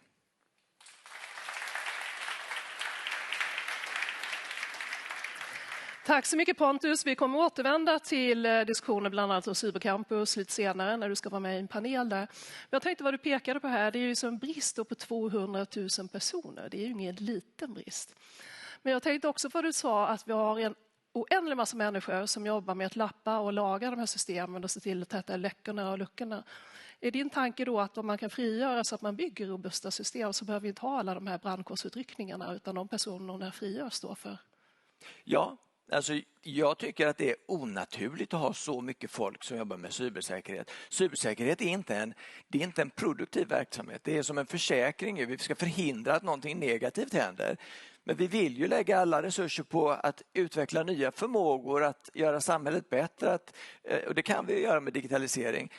Säkerhet är ju ett problem som vi måste lösa för att kunna digitalisera. Så att det bästa det vore, kan vi bygga säkra system, ja men då behöver vi inte lägga alla dessa resurser. Vi behöver inte då dessa arméer av människor. Och det behöver inte heller ha så mycket offensiva förmågor för att det går inte att hacka bra system. Så att jag tror att det bästa skulle vara att vi inte behöver ha så mycket folk inom cybersäkerhetsområdet. Men det är inte det jag ser. Inom de närmaste åren så kommer vi behöva mycket fler människor. Mm. Och jag tänkte lite grann då också på de här sårbarheterna som vi pratar om. Vi pratar om att vi söker bygga säkerhetssystem och vi laddar och vi fixar och vi donar och vi har säkerhetslösningar och annat. Men så är det den här mänskliga faktorn. Kommer vi förbi den? Eller är det så att vi vi kommer inte helt ifrån den mänskliga faktorn förstås. Men det finns faktiskt många saker där vi kan bygga teknik som hjälper människor istället för att verka emot människor. Ta det där med lösenord till exempel. Det har vi ju fått därför att det är en ganska enkel lösning att implementera. Men den är ju jättedum för människor. För människor har svårt att komma ihåg slumpmässiga textsträngar som är långa. Och det betyder att vi kommer ihåg istället enkla saker och de är lätta att gissa. Husdjurets namn till exempel. Sorry? Husdjurets namn. Ja, jag tror att den vanligaste är väl 1, 2, 3, 4, 5, 6. Och QWERTY. Det är lätt att komma ihåg. Ja, QWERTY. Ja. Men det finns nu system där man inte behöver ha så mycket lösenord. Apple lanserade alldeles nyligen och det finns något som heter FIDO Alliance. De lanserade, så det kommer att komma mer lösenordsfria system. Och då har man byggt teknik som tar hänsyn till våra mänskliga förmågor och som inte utsätter oss för orimliga, för det är vad lösenord är. Det är orimligt att begära att hela mänskligheten ska ägna sig åt alla dessa lösenord. Det går ju inte och det ser vi resultaten av. Mm. Du nämnde här tidigare att det finns ju många då som ägnar sig åt den här typen av cyberattacker. Det är organiserade kriminella, utpressare, det är aktivister som vill störa system. Det är främmande makter, antagonistiska makter, stater och andra. Problemet är ju lite grann att man inte vet vem det är som har attackerat ens system ibland. Och i bästa fall får man kanske veta det genom att de kräver en utpressningssumma, alltså ransomware. Och i andra fall vet man inte det. Men vilka är allvarligast av de här? Är det de nationella säkerhetstjänsterna som agerar direkt eller via ombud? Absolut. Nationalstaterna är värst. De som vi ser mest av det är ju de cyberkriminella. De ser vi ju därför att de vill synas. Om man ska pressa ut någon så måste man berätta att man finns och man måste berätta vart pengarna ska skickas och så vidare. Ja, om man ser att Coop stänger ner en vecka till exempel. Ja, precis. Och även den här utpressningsmodellen, den kräver ju då att man verkligen utsätter organisationen för stor påverkan. Så att det märks ju. Underrättelsetjänsterna, de är av lite varierande sort. En del, den ryska civila underrättelsetjänsten heter SVR. utrikesunderrättelsetjänsten, de är jättehemliga och smyger omkring som riktiga spioner.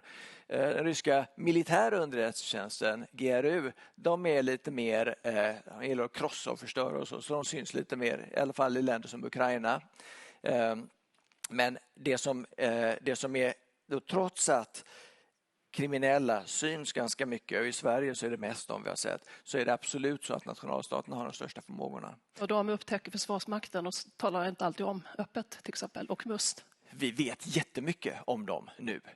Vi har foton på de här människorna. Jag har en bild här tidigare i min presentation här på de här cyberarméerna och deras individer. Då. Så och det beror på att underrättelsetjänsterna de har tagit bladet från mun. De berättar, här har vi foton på ryska GRU till exempel, deras cyberoperatörer. Den där byggnaden där, det är var de nu sitter och jobbar. Vi vet jättemycket om de här därför att underrättelsetjänster har berättat för oss hur de jobbar. Och de samarbetar? Ja, inte alltid. De ryska underrättelsetjänsterna, de brukar konkurrera med varandra. Så till exempel under det amerikanska valet så blev ju det demokratiska nationella kommittén, deras demokratiska parti, blev ju hackat. Då var det både SVR och GRU, de hackade båda den här demokratiska nationella kommittén utan att veta om det. Saboterade för varandra då också, eller? De som hittade, CrowdStrike hittade båda två där inne. Och om de hade hittat varandra där inne, det vet man inte riktigt. Men de agerar i alla fall oberoende av varandra. Vi kommer återvända till dig alldeles efter pausen här innan vi avslutar och rundar av seminariet. Men nu, mina vänner, så är det paus, kaffe, juice och frukt här utanför. Välkommen tillbaka klockan 10.50. Då ska vi bara ner i vad nya säkerhetscentret ska arbeta med. Så välkommen tillbaka 10.50 och tack så mycket Pontus så länge. Så mina vänner, då är ni varmt välkomna tillbaka från kaffepausen till denna del 2, avslutande del av invigningsseminariet. Jag säger också välkommen tillbaka till er i vår digitala publik och jag vill påminna att ni har möjlighet att skicka frågor via chatten.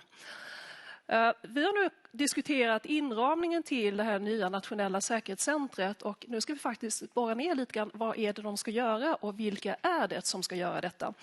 Så vi ska se lite grann vad det nya nationella samordningscentret för cybersäkerhetsforskning och innovation ska arbeta med och vilka som gör det. Och därmed vill jag be att få hälsa välkommen upp på scen till Linda Eriksson som är chef för nationella samordningscentret NCC-SC, Kristoffer Karsberg som är samordningsansvarig för NCC-SC, samt Shahid Raza som kommer från RISE där han är Director of Cybersecurity Unit at RISE och jobbar med Cybernorden bland annat. Varsågod Linda Eriksson, vad är det ni ska göra? Ja, tack så mycket. Och hej allihopa. Vad roligt att se så många här, både på plats här på Fotografiska men också på distans. Vi står ju här tillsammans alla tre för att vi tänker att vi ska ge er en överflygning då om vad NCC-SC är och vad vi kan göra för er och hur samarbetet kommer att kunna se ut både här i Sverige och EU. Och jag tycker att det är jätteroligt att idag kunna tillkännage vårt nära samarbete med RISE när det gäller den svenska kompetensgemenskapen som kommer bli som den nationella cybernoden kommer vara. Det kommer vara 1-1 förhållande där de emellan, så det känns jätteroligt. Och som sagt, Kristoffer är ju den som då kommer vara samordningsansvarig på NCC-SC och som sagt Shahid är ju den som är han är chef, precis som Pernilla sa här, på cybersäkerhetsenheten på RISE. Men du är också projektledare för Cybernoden som är ett Vinnova-finansierat projekt. Tack. Och jag tänkte bara återkoppla till det statsrådet sa här på förmiddagen här, att vad viktigt det är med den här kraftsamlingen som sker inom EU och att det kommer att stärka kompetensen och motståndskraften på cybersäkerhetsområdet. Och vi fick ju också en introduktion här från Martin Nybelhör från EU-kommissionen om hela EU-systemet och också lite grann vad det här EUs kompetenscentrum och det här nationella samordningscentret ska göra. Men jag tänker att jag ska återkomma till det lite grann här. Uppdraget då för EUs kompetenscentrum och nätverk för nationella samordningscenter, det är alltså stärka unionens förmåga och konkurrenskraft inom cybersäkerhet genom att utveckla unionens kapacitet inom forskning, innovationer och kompetens. Och det här europeiska kompetenscentret då, det finns ju i Bukarest som vi hörde här tidigare, och de har i huvudsak 3 uppgifter. De ska ju då utforma och hantera de här cybersäkerhetsutlysningarna och tilldela medel då i de här Europaprogrammen Digital Europa och Horisont Europa. De ska leda det här nätverket av nationella samordningscenter. Och de ska också leda den här stora europeiska kompetensgemenskapen. Och varje medlemsstat då, som vi hörde här tidigare, har ju utnämnt ett nationellt samordningscenter. Sen kanske Sverige har kommit lite längre, men det finns även andra som har etablerat sina nationella samordningscenter redan. Och i Sverige är det ju MSB som har fått regeringens uppdrag att göra det här. Och att vi ska göra det tillsammans med DIGG och Vinnova.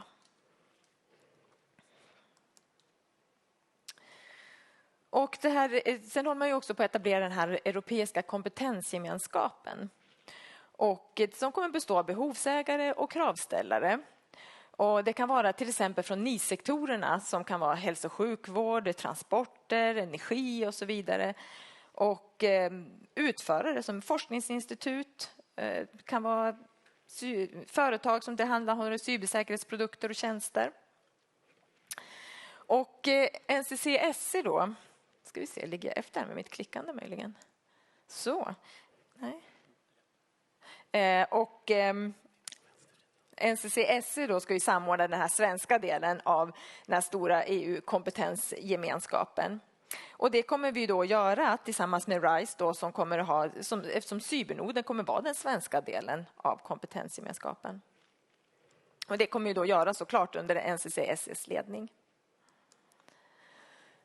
Men vad tänker vi då att NCC-SE ska ha för uppdrag och vad hoppas vi uppnå för effekt med det här? Jo, vi ska ju då vara kontaktpunkt gentemot det här nationella kompetenscentret som finns i Bukarest. Vi ska vara kontaktpunkt gentemot de här nationella NCC-erna då, samordningscentren då, som finns i alla medlemsländer. Och vi ska vara kontaktpunkt gentemot den här stora europeiska kompetensgemenskapen. Men vi ska också främja ansökningar då till cybersäkerhetsutlysningar i de här EU-programmen. Digital Europa och Horisont Europa. Och med det så hoppas vi ju då att vi uppnår en stärkt kompetens och motståndskraft inom cybersäkerhetsområdet. Och att vi ökar vår kompetens och vår konkurrenskraft och oberoende både utifrån ett svenskt perspektiv och ett EU-perspektiv. Och för att göra det här då så har vi etablerat ett kansli på MSB som jag är chef för. Och där har vi också Kristoffer då som jobbar i det kansliet. Och så har vi också Gabriella Wachler Hedström som är den som har ordnat det här eventet idag. Vet inte, hon är nog här någonstans i lokalen, ni kanske har träffat henne redan. Men det är vi som nu här från början kommer jobba med att bygga upp den här verksamheten. Men sen tanken är också att vi ska förstärka NCC-SE här under hösten. Men vi har också etablerat ett strategiskt samordningsråd där de här 3 myndighetscheferna deltar som vi såg här i panelen här i förmiddags. Och till det finns det också då en beredningsgrupp som bereder underlag och frågor inför mötena i det här strategiska samordningsrådet. Och där deltar vi också från de här samma 3 myndigheterna, MSB, DIGG och Vinnova. Men sen så tänker vi också såklart att vi behöver ju en extern referensgrupp för vårt arbete. Och därför tänker vi efter semestern att vi ska inrätta ett programråd med precis den uppgiften. Så att det är så som styrning och ledning av NCC-SE kommer att se ut. Så med det så tackar jag för mig helt enkelt. Och lämnar över till Kristoffer. Tack så mycket Linda. Linda beskrev ju de uppdrag som vi har som ett nationellt samordningscenter. Och så hur kan vi då omsätta det här till tjänster som kommer till nytta för er? Vad kan vi göra för er? Vad är vår servicekatalog? Ja, alltså en central del för NCCSC är det här med samordningsrollen. Det ligger i vårt namn också. Att samordna aktörerna inom cybersäkerhetsforskning och innovation i Sverige. En del av det är att samordna den svenska delen av den europeiska kompetensgemenskapen. Och vi kommer in på det lite senare. Som har nämnts här på morgonen så är vi är bra i Sverige på det här området. Men, och det har också nämnts för det här, att det är lite fragmenterat med lite olika initiativ som inte riktigt drar nytta av varandra. Vår mission kan man väl säga är att verka för att få ihop initiativen. De kluster som skapas, de center som skapas, den forskning som bedrivs, innovationer och kompetensutveckling. Vi ska ju inte göra allt, men vi vill se till att det skapas kopplingspunkter. Ett konkret exempel är nu då att tillsammans med RISE och Vinnova koppla cybernoden till NCC-SE och på det sättet sätta upp och driva den svenska kompetensgemenskapen. Och sen har vi Cybercampus som Pontus berättade om, där vi deltar i den grupp som tar fram förslaget på hur det hela ska riggas med Cybercampus och som en förstudie som finansieras av Vinnova. En lågt hängande frukt för oss är att ta fram en karta på hur det här ekosystemet i Sverige ser ut. Kluster och initiativ, hur de hänger ihop eller inte hänger ihop. Så att det där vi ska börja få ihop. Sen har vi nästa del. Vi har en marknadsförande roll. Vi ska främja de EU-satsningar som Martin Nybel har berättat om. Och EUs kompetenscenter i Bukarest som heter ECCC, akronymen, de tar ju fram cybersäkerhetsutlysningar från Horizon Europe och Digital Europe. Och vår roll är att göra de här programmen synliga och kända i Sverige. Det gör vi på olika sätt. Genom vår webbplats, genom kompetensgemenskapen och genom att missionera ute på fält. På konferenser och så vidare. Och kanske bli inbjudna till event som ni har framöver. Sen har vi en pedagogisk roll. Vi ska kunna ge vägledning gällande den krångliga EU-byråkratin som råder vid utlysningar och ansökningar. Från start till mål. Och så har vi kompetensbristen som har nämnts så mycket nu här under morgonen inom cybersäkerhet. Som vi alla upplever som ett allvarligt problem. Det här börjar sätta avtryck på lärosäten med allt mer cybersäkerhetsrelaterade utbildningar i gymnasieprogram, yrkeshögskolor, på universitet med allt fler masterutbildningar inom området. Och Cybercampus är ett bra exempel på hur lärosäten och företag kan samlas och få utväxling genom att poola resurser inom utbildning och forskning. Och NCCSC, vi ska ju främja den här kompetensutvecklingen inom cybersäkerhet, verka för summan av allas insatser och inte minst bidra till att behov kommer lärosäten till del som underlag för deras utbildningsprogram, planering. Vi ska kunna genomföra nationella utlysningar med EU-medel efter godkännande från EU-kommissionen. Vi håller just nu på att förbereda en sån ansökan och det betyder att vi kommer kunna genomföra flera mindre utlysningar till små och medelstora företag som erbjuder cybersäkerhetsprodukter eller tjänster och som på olika sätt behöver stöd i sitt arbete. Och sen har vi då en viktig roll att samla svenska behov och möjligheter gällande cybersäkerhetsforskning och innovation. Och spela in dem till EUs kompetenscentrum för cybersäkerhet. För det är de som utformar utlysningarna.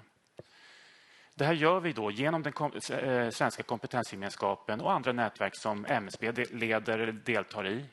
Inte minst, vi har pratat om det nationella cybersäkerhetscentret som MSB är en del av, som är en viktig behovsägare så att säga och kan se utmaningarna och hur behoven ser ut. Sist och inte minst så har NCCSC en roll i att synliggöra svenska och europeiska resultat av det som så att säga, kommer ut ur det här systemet. Det kommer vi också göra på olika sätt via digitala sätt och på konferenser och seminarier.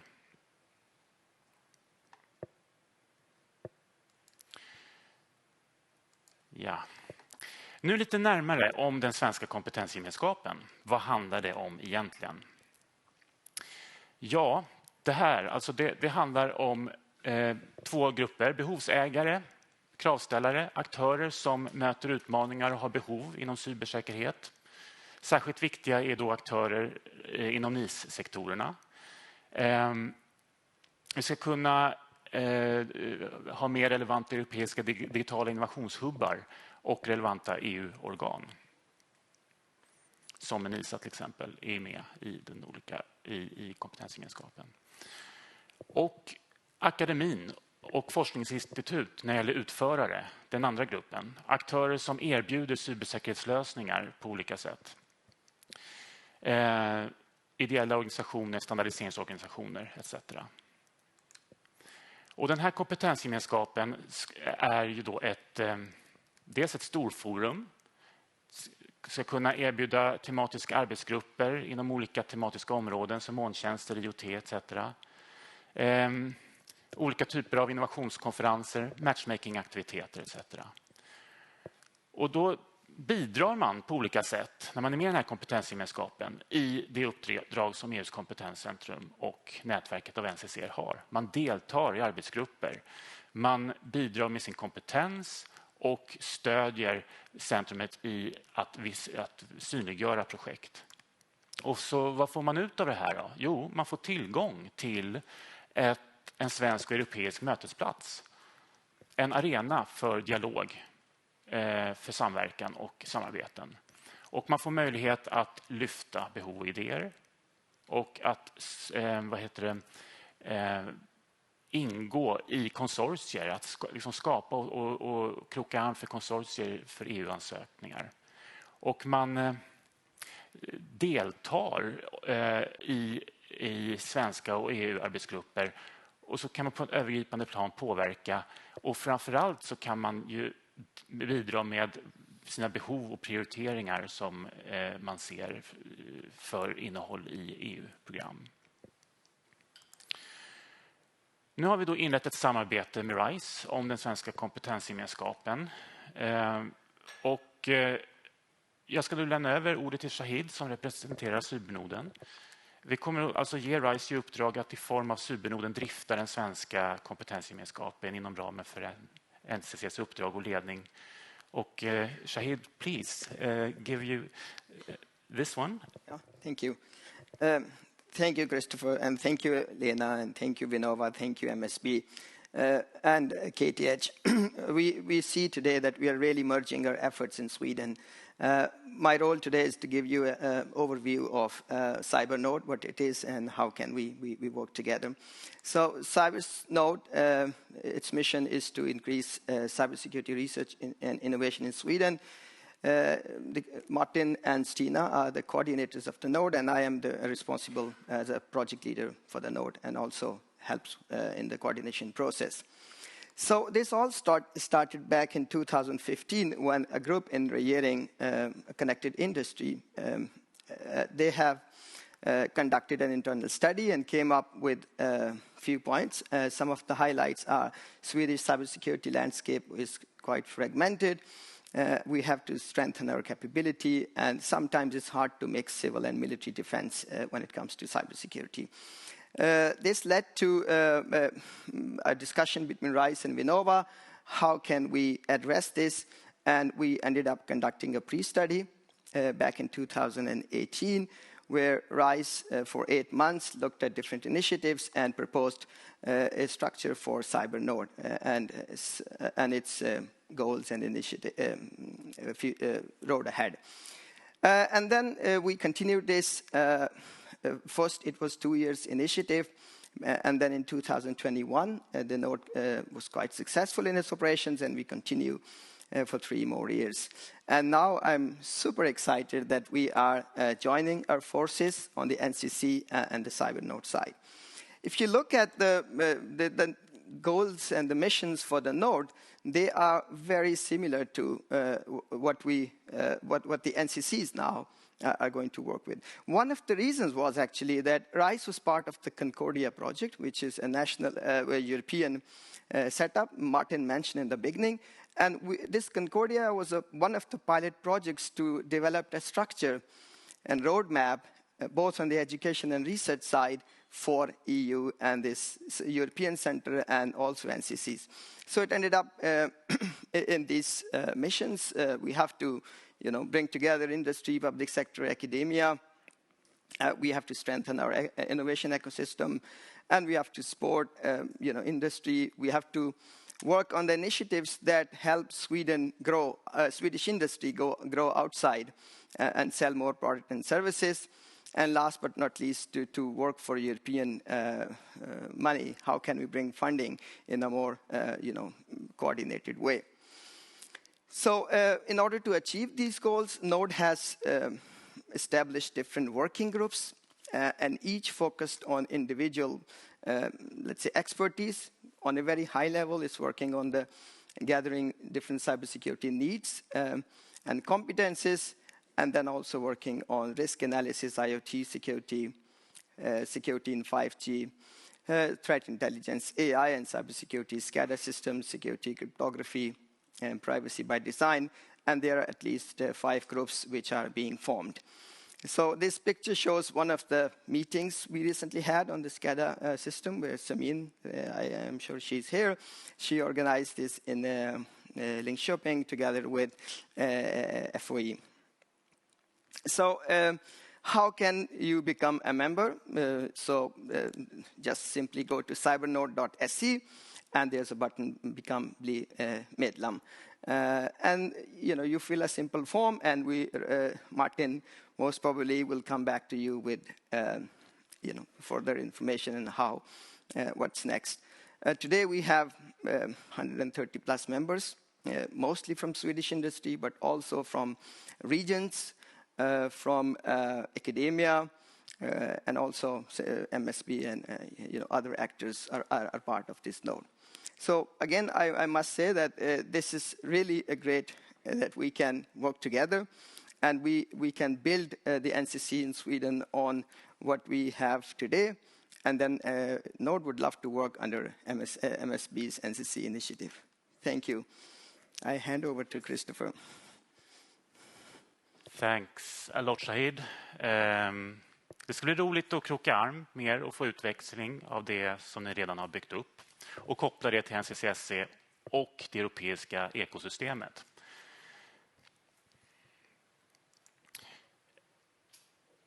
Nu ska jag bara ge en snabb repetition över det som Martin Nybelhor nämnde om de 2 programmen, Horizon Europe och Digital Europe.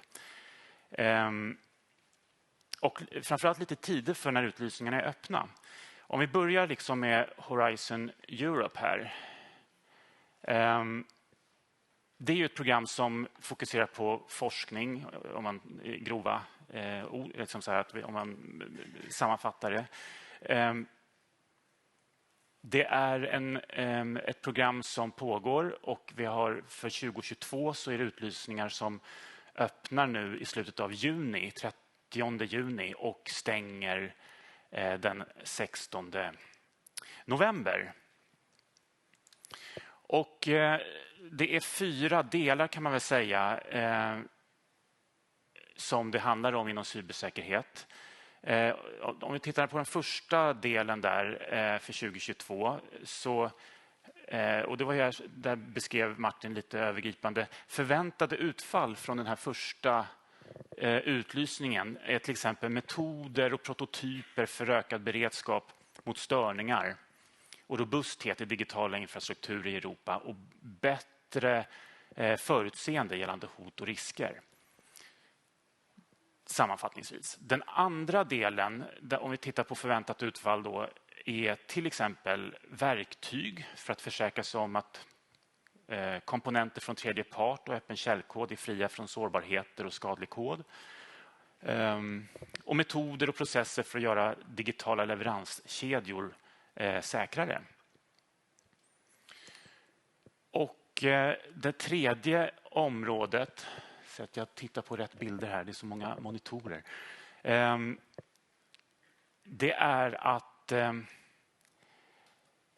skapa infrastruktur och kryptering som så att säga klarar kraften från kvantdatorer som används av den andra sidan, om man säger så. Och för att skapa förmåga till säkert informationsutbyte och behandling vid storskaliga attacker som använder sig av kvantteknologi. Här är det liksom en katt och råtta-lek som behöver hanteras. Den fjärde utlysningen handlar om minskade trösklar för att certifiera IT-produkter, tjänster och processer. Och det är rätt mycket kopplat till den här cybersäkerhetsakten som handlar om certifiering av IT-produkter och tjänster. Då ska vi se, det sista handlar om Digital Europe. De flesta utlysningar här öppnar under Q3 i slutet av september och stänger i slutet av januari. Digital Europe är ett så här införandeprogram, tillämpningar, konkreta saker.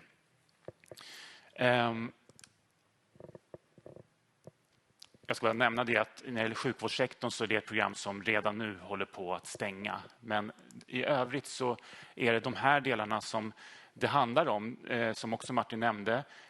Mycket fokus på cybersecurity ranges och samarbeten mellan dessa.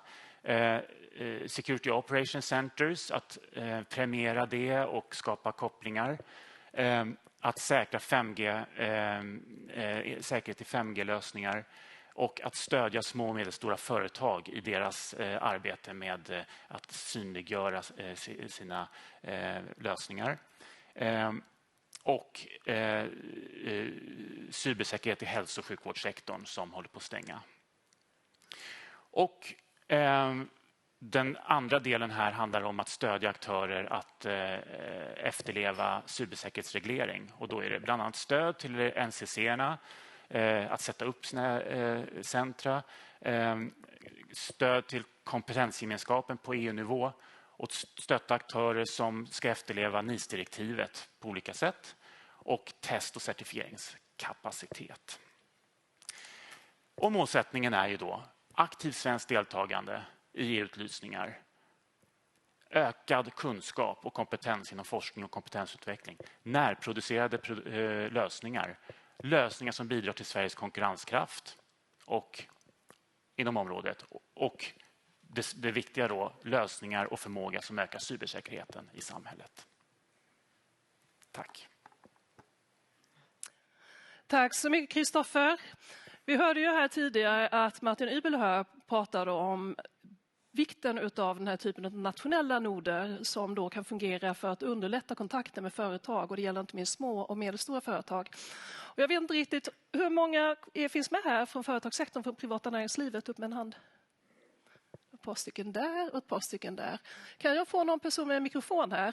För jag skulle vilja höra med någon utav er som kanske skulle vilja uttala, vad tror ni om det här? Bara det faktum att ni är här, det visar ju att ni är ändå mer medvetna än väldigt många andra utav era kollegor om vilka möjligheter som finns. Men vad tror ni om det här? Kommer ni söka kontakt? Vad är det ni vill ha? Vad är det ni skulle vilja att NCC bidrar med? Det är ju nu när man sätter upp centret som ni har alla möjligheter att påverka riktningen. Är det någon av er som vill säga ett par ord om detta? Varsågod och ställ upp i så fall. Man inte blyga. Ingen vill säga något? Då säger jag så här till er, för er, det är ju en viktig uppgift att kunna marknadsföra utåt, just som vi sa där. Hur kommer ni arbeta där? Kommer ni arbeta med sociala medier? Kommer ni arbeta med direkta kontakter? Kommer ni arbeta mycket via Cybernorden som ju redan har en hel del kontakter med företagen? Vad säger du, Linda? Men jag tror att vi kommer försöka jobba i alla de här kanalerna, och det är ju så att säga, det är nu vi öppnar portarna i och med den här invigningen, så att vi kommer försöka vara aktiva i alla de olika kanalerna som finns, och som sagt, alla är välkomna att kontakta oss också. Utifrån din fråga där, så vill man inte göra det i det här forumet så är man ju välkommen att kontakta oss. Shahid, ni har ju byggt upp en verksamhet redan då via Vinnova, och ni kunde nu integreras och samarbeta väldigt tätt med NCC-SC. De företag som är medlemmar hos er, kontrollerar ni dem på något vis? Eller är det bara att anmäla sig? Do you want me to pose a question in English? Yeah, please. Okay. I was wondering, because you got a Cybernode, you work with that for a long time, so there is infrastructure. Yeah. And you also got the membership. And I was thinking about those actors that want to become members. Do you check them out? Do you control them in that way? Because you don't want a Trojan horse into that kind of organization, do you? Yes, definitely. We have a setup.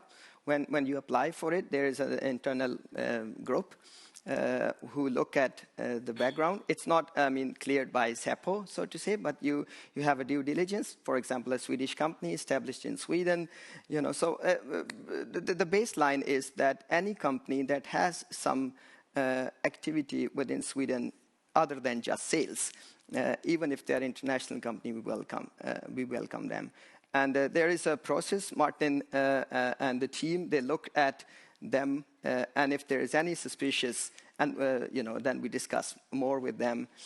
So it's not like you fill a form and you become a member. So that's why I said, please go and fill your form, and we will contact you. If it's one of the regions, let's say Stockholm Stad, say we become a member, it's obvious. But if it's a one-person company or if it's a bit suspicious, we had actually some requests. About 10, I would say, from the companies that doesn't make sense to be part of Cybernode. So we said no to them. But now we are getting more formal with the EU uppdrag. So we will, look at, we have to work together and see what are the requirements to become a member of the SKG. Linda, jag tänkte ju på det här att en av uppgifterna för NCC-SE det fungerar som en nationell nod. Dels handlar det om en kompetensöverföring eller transfer utav medel från EU ut till de nationella noderna, till de nationella centren. Men det handlar ju också om en återkoppling, informationsdelning tillbaka. Hur kommer den att se ut? Hur kommer det arbetet gå till? Är det via de här representanterna då som kommer finnas från varje nationellt centrum? Eller hur ser du på det?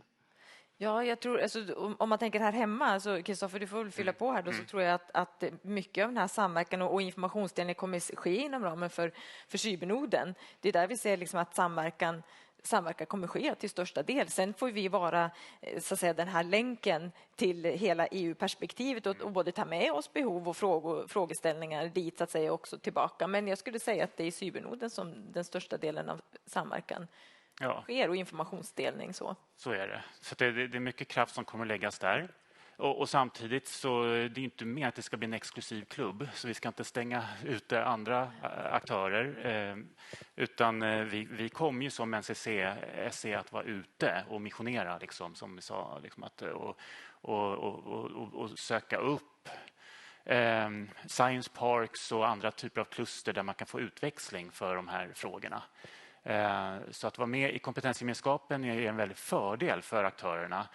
Men vår information kommer liksom vara väldigt transparenta med den information som vi kan ge utan att man behöver vara med i kompetensgemenskapen. Nu är det ju invigning idag, så ni är ju under en uppbyggnadsfas. Det kommer, nyheten idag är också att man kopplar ihop sig med RISE som ju redan har en fungerande infrastruktur och har en fungerande organisation. Men jag tänker, vad kommer ske här nu framöver? Kommer rekrytera? Hur många är det om 1 år? Och vad är det för typ av kompetenser ni söker?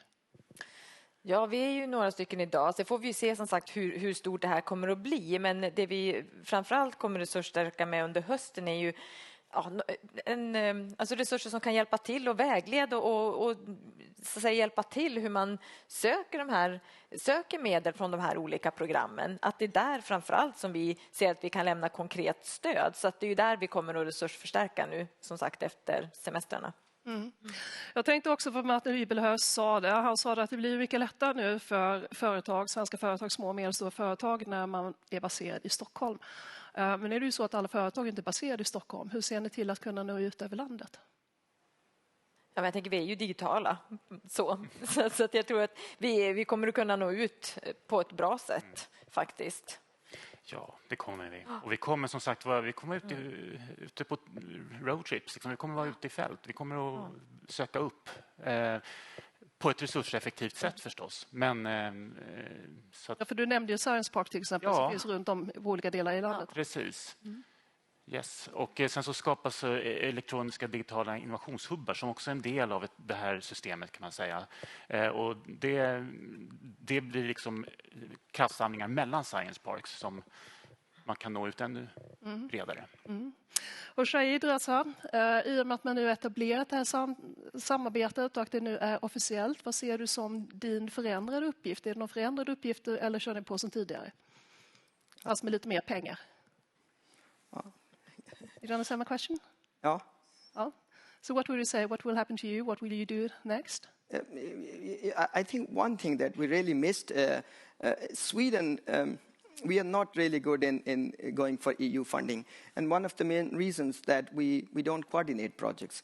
If you go to southern European countries, they have a system where they put together people who themselves coordinate. So we become part of a European, RISE, for example, and we have over 10 European projects because we are, let's say, part of the ecosystem and people invite us.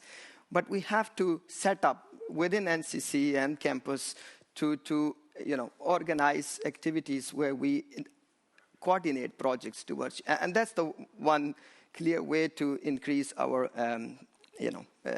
assignments and getting more money from the EU and strengthen our industry. For example, I don't name a country, but if you go to Central European countries, many industries, they live on European fundings. Their research and innovation agenda is based on the European funding.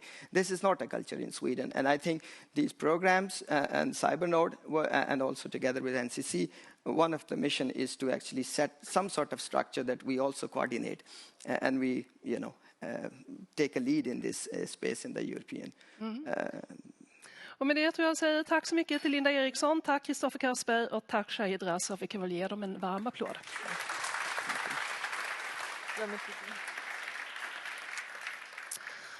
Då är det dags för vår avslutande panel. Vi ska diskutera brister och utmaningar inom cybersäkerhet. Hur möter vi behoven inom forskning och innovation? Och med oss har vi en namnkunnig panel, så jag ber att få hälsa välkommen till Göran Eriksson som FoU-ansvarig och adjungerad professor och teknologidoktor strategisk utveckling verksam vid Svenska kraftnät. Jag hälsar välkommen tillbaka till Pontus Jonsson, professor vid Kungliga Tekniska högskolan och föreståndare för CDIS. Jag välkomnar också Åke Holmgren som är avdelningschef vid avdelningen för cybersäkerhet och säkra kommunikationer vid MSB, Myndigheten för samhällsskydd och beredskap. Och jag välkomnar också Annika Avén som är ansvarig för cyberförsvar vid säkerhets- och försvarsföretagen SOFF. Vi skulle också haft med oss idag Eva Fogelström som är Director Security Research vid Ericsson. Hon har tyvärr blivit sjuk och fått förhinder. Men jag tänkte jag skulle faktiskt börja med dig Pontus och följa upp de här frågorna som vi inte hade riktigt tid att ställa tidigare. Du nämnde ju en central uppgift här. Vi pratar om kompetensförsörjning, vi pratar också om relevant forskning inom de här områdena. Vi har ju ett glapp där vi känner att den tekniska utvecklingen rusar iväg, men det här med säkerhetsfrågorna, verktygen har vi inte riktigt. Berätta lite grann, vad skulle sådana här cybersäkerhetscampus betyda? Vad skulle det ligga och hur skulle det fungera? Ja, jag berättade ju lite grann om Cybercampus alldeles tidigare här då. Tanken är att det är en nationell satsning. En bra analogi, ett centrum som vi är inspirerade av, det är SciLife Lab inom bioteknikområdet. Det är en stor satsning. De har en omsättning på 1 miljard kronor om året. Vi tänker oss inte någonting kanske i den storleksordningen inledningsvis. De har en fysisk lokal, de har en byggnad i Solna där de finns. Det är ett samarbete mellan ett antal olika universitet. SciLife Lab, där är det väldigt mycket fokus på forskning. Vi vill också lägga till innovations- och utbildningsdimensionen till Cybercampus. Mm. Och finansieringen av detta, var skulle den komma ifrån? Ja, än så länge så har vi bara finansiering för en förstudie, så att vi letar efter finansiering för detta. Mm. Och det finns en del lärosäten, vi fick också en digital fråga här. Vilka är det som kommer involveras? Men då är det egentligen relevanta de lärosäten och universitet som är beredda att vika forskare och vika utbildningsplatser för det här. Det är riktigt. Vi har haft en workshop nu där vi bjöd in alla intresserade och inte då bara universitet och utbildnings- och forskningstillhandahållare utan även avnämare, behovsägare.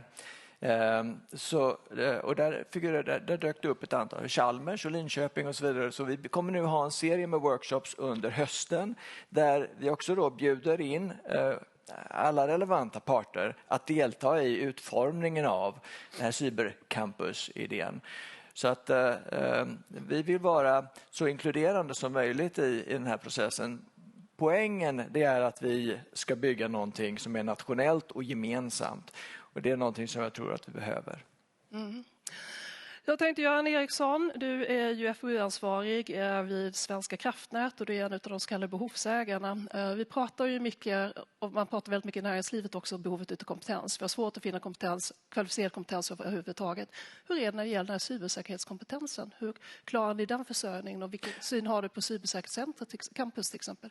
Ja, om vi börjar med behovet så jag var ansvarig för vår cybersäkerhet på heltid för 15 år sedan då, och jag hade det gebitet under ett par år tills jag blev forskningsansvarig och fortsatt då hålla mig jour förstås med inom säkerhetssidan. När jag var ansvarig då för det här så var jag i stort sett ensam. Idag så sysselsätter vi ju fler än 30 personer och vi är fortfarande för få. Det är ju en del av svaret. Det här kommer fortsätta behövas folk och den trånga sektorn, om man nu säger på elsidan då, så är ju, ska jag säga, det är inte i första hand pengar utan det är tid. Det är pengar, det är alltså tid är pengar förvisso, men det är människor som kan jobba med frågorna och att också då kunna få tag på rätt personer då, som kan också vara anställningsbara, och med anställningsbara är ju då inte bara kunniga utan även att de här måste ju kunna säkerhetsklassas, vara svenska medborgare i praktiken, eventuellt gå nordiska pass, men svenska medborgare kunna göra registerkontroller och så vidare då. Det är en viktig bit. Och Svenska kraftnät ska nu också med anledning av den byggnationen som ska ske då, växa med nära nog dubbelt så många anställda då. Vi är idag 900 anställda och vi ska upp i ytterligare 800-900 på några år. Och hur det ska gå till, det vet inte jag. Det är en otrolig utmaning, bara få tag på folk. Och cybersäkerhetsfrågan får ju inte försvinna det här, för det är så lätt att man, så att säga, jag brukar säga att ingenjörer drivs ju av att först försöka hitta på vad man kan göra tekniskt och sen efteråt brukar många då komma på, jag visste att det kanske skulle vara säkert också. Det får man ju inte glömma bort, utan vi ska upphandla ett nytt sånt här styr- och övervakningssystem om några år här. Och då är det ju otroligt viktigt att säkerhetsbitarna finns med då, från första början, från första stund. Jag tänker ju på det att just energiförsörjningen och elförsörjningen som ni står för är ju en extremt kritisk infrastruktur och är därmed också ett oerhört attraktivt mål för en antagonistisk makt. Yes. Och du säger lite grann att ni är för få och då blir man ju lite bekymrad och lite nervös och sådär. Jag säger så här, vi är för få. Däremot så är det ju så att de här 30 plus personerna dels växer men också så att säga, utbildar sina kollegor. Men det måste vi fortsätta göra. Och här behöver ju på något vis alla kollegor bli varse om hur viktigt det här är. Jag brukar säga att den här awareness-biten är ju väldigt viktig, att man så att säga, kan dela med sig. Men hela den här säkerhetsbiten är ju knepig för att alltså det är ju en bransch där alla vill veta men ingen vill dela.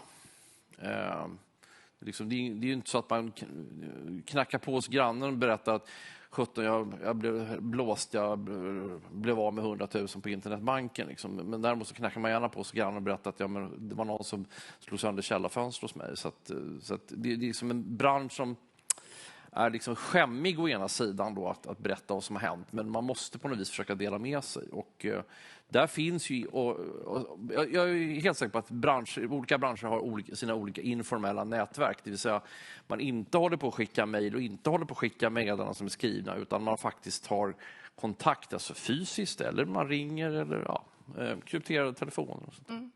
Jag vet inom finansvärlden så har man ju faktiskt den typen av informella kontakter. Alltså man talar inte alltid om, men man delar information i en viss grupp så att man kan varna varandra.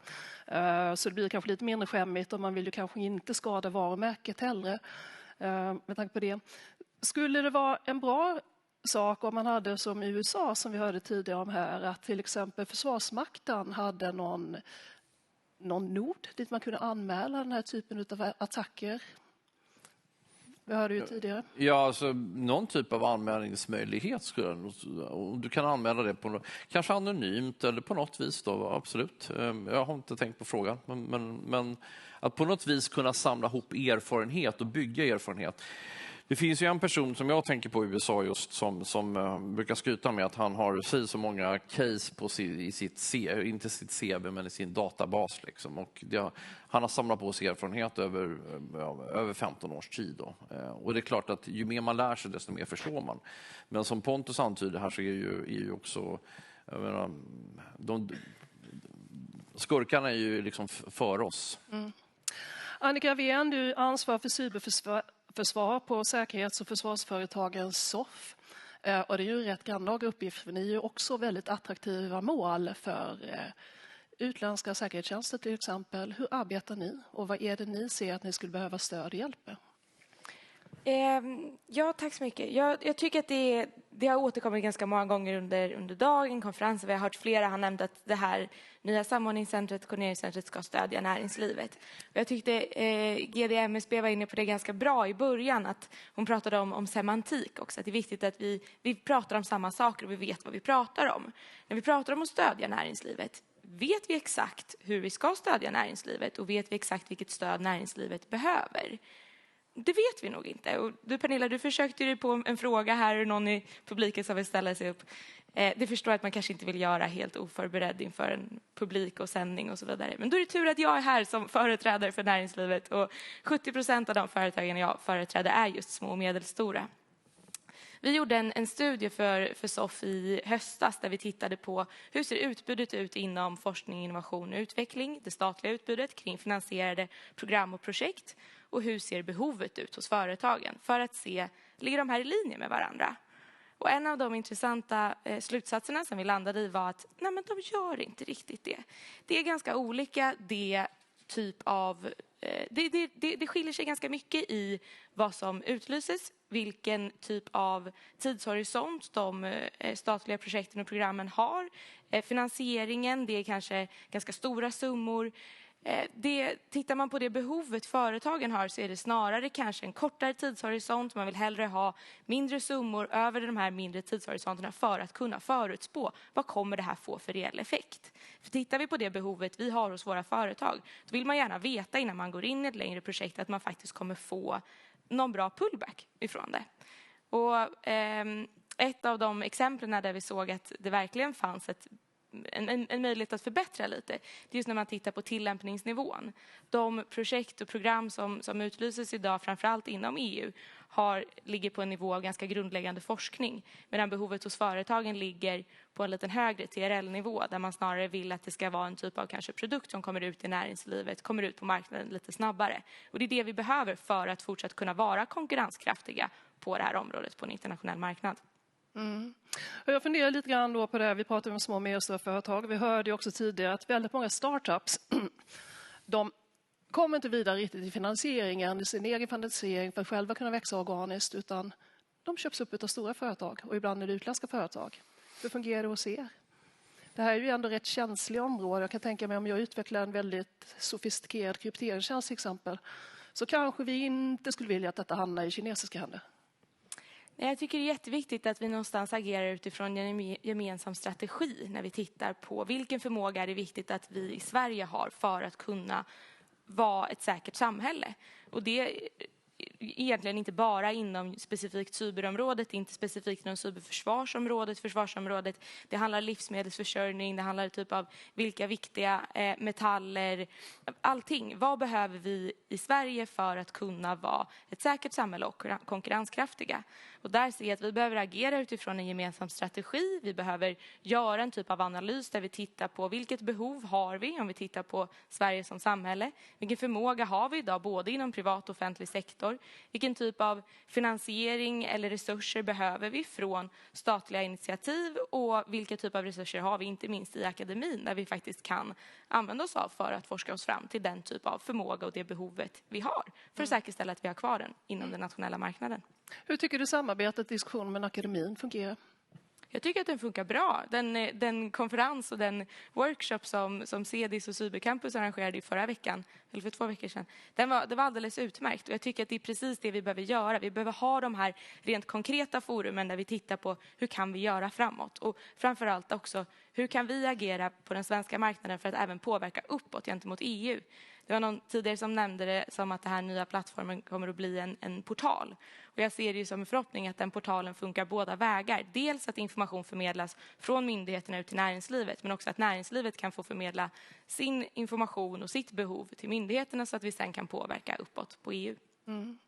Du nämnde ju också det här att en del av de här medlen som kommer att dit för stora summor och lite för omfattande projekt för en del företag som söker finansiering i tidiga skeden. Och det där är ju ett klassiskt problem också för startups att de inte får kapital för de begär inte tillräckligt mycket för de är inte riktigt där än. Hur kan man hantera det?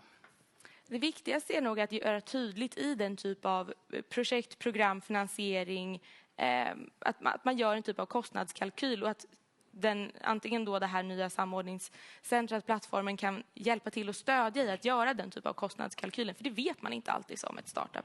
Det är svårt att avgöra hur stor kommer kostnaden att bli och med det också kunna avgöra vilken typ av resurser behöver vi för det. Så att vara just den här rådgivande stödet och faktiskt kanske bli ännu bättre på att dela best practice och dela information med så här har man gjort tidigare. Här har vi någonting att lite benchmarka emot så kan man jämföra. Mm. Åke Holmgren, du är ju avdelningschef, avdelning för cybersäkerhet och säker kommunikationer på MSB och ni har ju kommit få en nyckelroll när det gäller arbete med cybersäkerhet. Ja. Dels hade vi invigningen av det nationella cybersäkerhetscentret i oktober här i fjol och nu har vi den här forskningsdelen. När jag pratade med Eva Fågelström som tyvärr inte kunde vara här idag men inför det här seminariet så sa hon att men det är superbra med alla de här satsningarna och intressena på cybersäkerhet men varför ska alla hålla på med det? Varför kan man liksom inte samordna det här och slå upp? Men ni håller ju på att samordna detta nu i MSB. Ja, alltså nu till viss del kan man väl säga att MSB har en nyckelroll i många av de här sammanhangen. Men jag tror att det vi ska undvika det är en för stor, tung top-down statlig byråkrati. Det jag gärna vill se att vi kan jobba mycket mer underifrån och upp. Men i vissa sammanhang behöver vi den här typen av formella center för vi är för dåliga på att påverka EU. Och det här är klart, det här är en formell kontakt upp till EU. Så är det ju. Och det är därför vi kommer att behöva, jag menar vi är redan i ett ekosystem av center. Så det kommer inte bara vara MSB utan jag menar, det kanske är en sån kraft som Cybercampus kan ju minst lika mycket vara samordnande. Men jag tror att vi har nu liksom, vi har hamnat i ett läge där vi måste kunna vara lite snabbare och jobba liksom lite mer handfast, sätta ihop olika typer av konstellationer som behövs. Och sen bygger vi det liksom i backoffice finns liksom ett antal mer formella center. Och då kommer vi vara ett antal myndigheter som så att säga rör sig de här.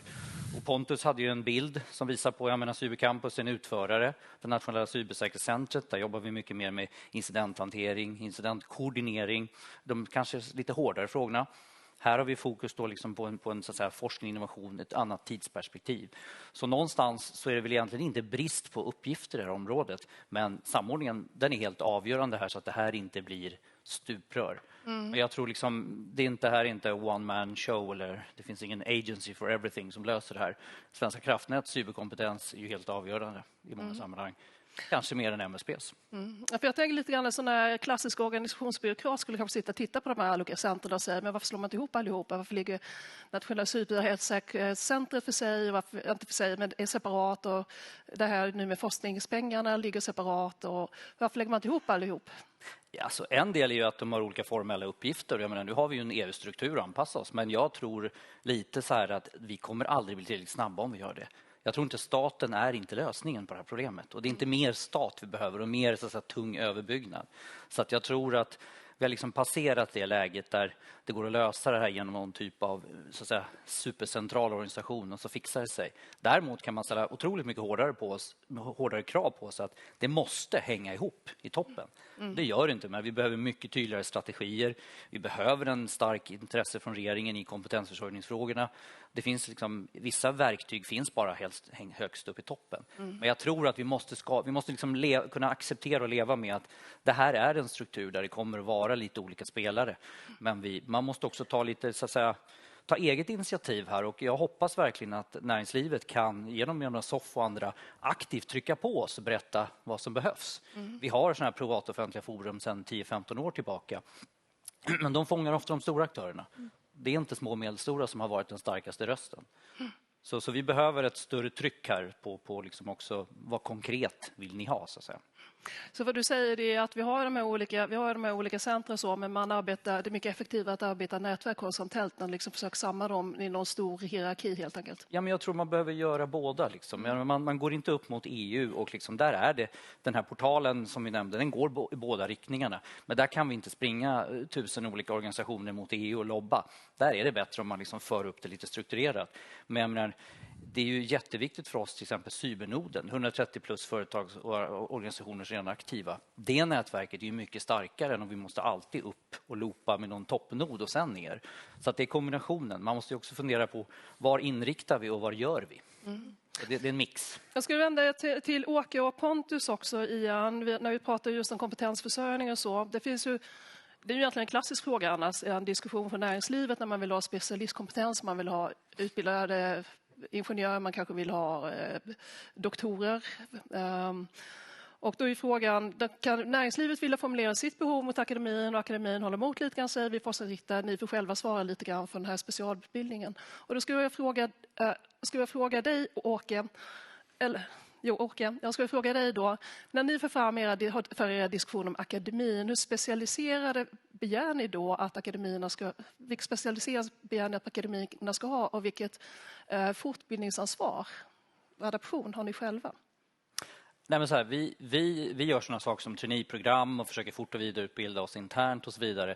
Men så här måste vi ju gå till proffs. Så att säga. Vi har en idé om vad vi ungefär vill ha för profiler och personer. Hur man ska få sådana på plats eller hur man utbildar fram sådana. Det frågar vi akademin, så att säga. Och framförallt också näringslivet. För jag tror att det är viktigt nu att det är viktigt att vi, även om jag är statsbyråkrat, jag menar, när vi pratar små och medelstora företag, det är viktigt att det finns en privat riskkapitalmarknad. När det gäller utbildning är det viktigt att det finns en privat utbildningsmarknad. Staten ska komplettera och göra en hel del viktiga saker. Men jag och vi på MSB, vi gör vissa småskott. Vi utbildar faktiskt generaldirektörer och landshövdingar. Där gör vi en egen utbildning och kommer köra 10 stycken åt gången. Tar vi in folk från näringslivet också. Men i övrigt så då ställer jag frågan till Pontus. Hur kan du hjälpa mig att få in fler folk? Hur kan du hjälpa Gunnar till exempel att få rätt kompetens till denna otroligt viktiga infrastruktur som han är inne och arbetar med? Vad säger du där? Pontus? Pontus, precis. Och när du säger Gunnar, menar du Göran? Vet du vad, det börjar bli sent på förmiddagen nu. Jag menar naturligtvis Göran, förlåt mig Göran. Ta om frågan, är du snäll. Min fråga var här, hur arbetar man? Jag vet att för näringslivet brukar man ofta vilja säga, men vi vill ha den här typen av kompetens, vi vill ha de personer som kan det här och då säger akademin, men vi utbildar inte så utan vill ha den där skräddarsydda kompetensen som ni tillhandahåller den själva inom näringslivet. Det är ju liksom en viss dragkamp däremellan. Hur ser ni på den diskussionen som pågår där? Funkar det bra? Böter ni förståelse bland akademin för vad ni behöver? Och vilket ansvar har ni själva för att... Då ska jag säga så här, det är beroende från fack till fack. Alltså då, om jag nu pratar om hela elöverföring, det innebär ju, alltså, det är ju dels som vi pratar om här, cybersäkerhet, men det finns ju andra delar i det här som hur du designar kraftledningar, hur du planerar sånt, alltså det finns ju liksom materialkemifrågor som ställer till problem för oss. Alltså det finns en helt spektra. Och en del av det här måste man lära sig när man kommer som kanske en nybakad civilingenjör till oss. Måste man lära sig. Det måste vi lära de nya.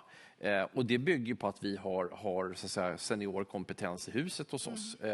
Andra bitar gör man kanske i samråd och det finns absolut frågor som vi säger, det här skulle vi gärna se att akademin jobbar mer med. Och vissa steg har tagits, men här har man ju också en fråga. Alltså, akademin är ju mer och mer styrd av att man ska publicera artiklar.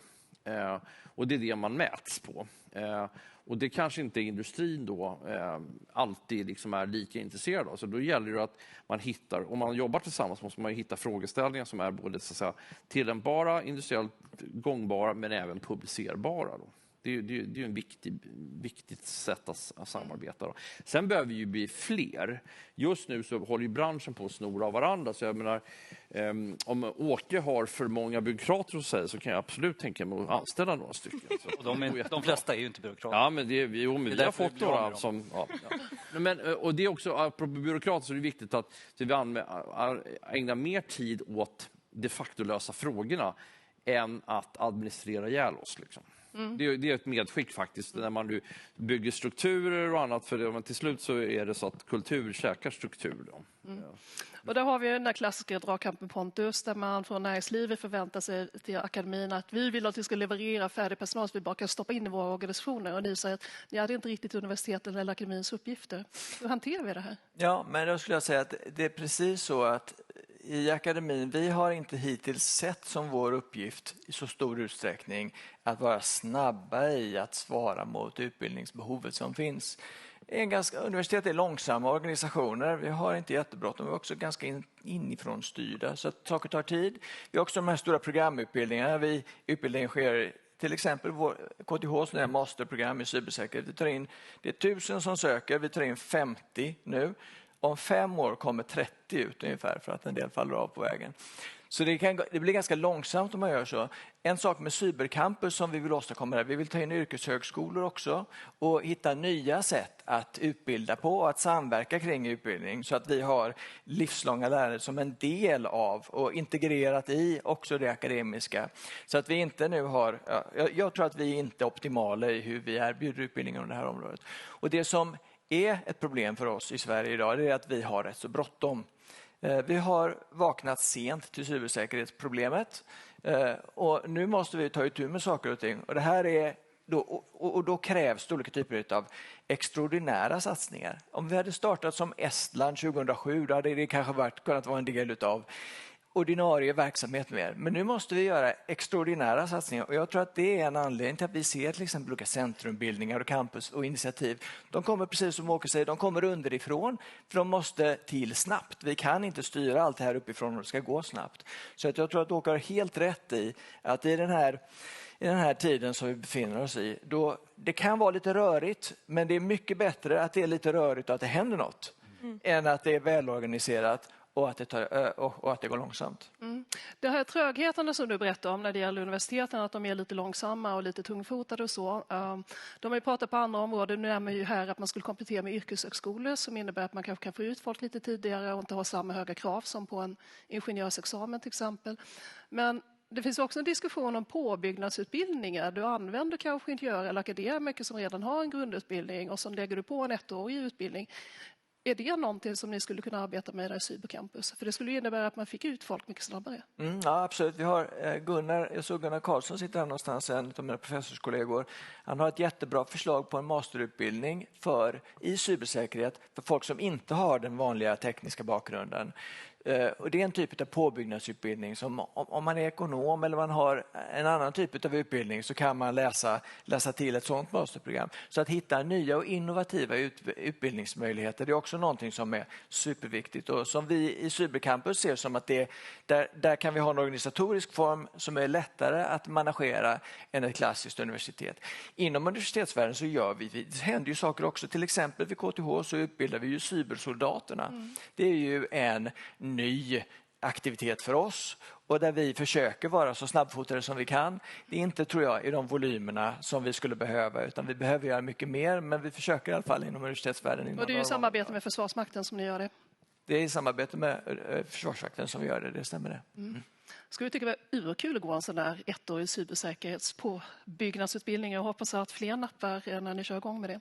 Det börjar bli dags för oss att runda av. Jag skulle vilja börja med dig Annika Avén då.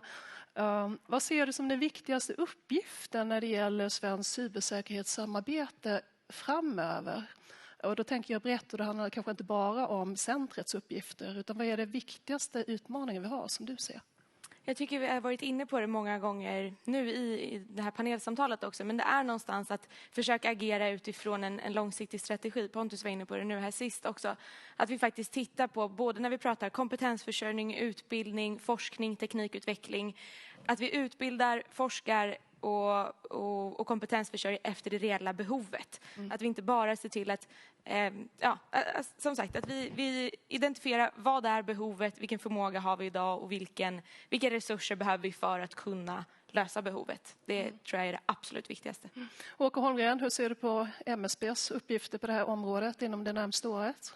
Ja, men alltså det är klart det är ett expanderande område. Vi måste jobba ännu mer nära andra och vi måste förstå mycket mer vad som behövs där utifrån. Jag tror vi måste bli mycket duktigare på att hitta de som inte är här. Alltså de som inte vet att de behöver göra någonting. Det är lite predika för samma skara i många av de här konferenserna. Vi måste få till de här beteendeförändringarna hos de som liksom inte har förstått att de behöver göra något. Svår grupp att nå. Pontus Jonsson, är ditt cybersäkerhetscampus igång? Up and running? När? Ja, om du får önska. Om ett år. Om ett år. Och vad tror du? Om ett år. Va? Låter bra. Och avslutningsvis då, Göran Eriksson, vad är det du ser som den kommande främsta utmaningen eller det som du skulle vilja se händer inom de närmaste 3 åren? Att vi blir fler som jobbar med frågorna och långsiktigt blir fler också för att och nå ut till yngre. Gärna gå ut och alltså, uppmuntra alla till att gå ut på sina barns skolor och presentera sig om man jobbar i branschen och berätta vad gör man för någonting. Det brukar vara spännande att komma till mellan- och högstadiet och berätta att man är polis eller brandsoldat. Men kanske berätta mer om vad jobbar man. För det är ju de här 15-åringarna som vi vill åt som ska välja spår. Men är det inte lite cool? Jag tänker på de här hackster-kollektiven då, inte de onda, men de här till exempel Anonymous som nu är igång och hackar mot Ryssland efter attacken på Ukraina. Att borde inte finnas den typen av attraktion därigenom. Du kanske vet mer om de här frågorna, vi. Så att, ja, det kanske jag kan. Jag ska släppa det. Led oss gärna. Jag ska släppa det. Jag säger därmed tack Göran Eriksson, tack Pontus Jonsson, tack Åke Holmgren och tack Annika Ven. Vi kan väl ge dem en varm applåd. Tack.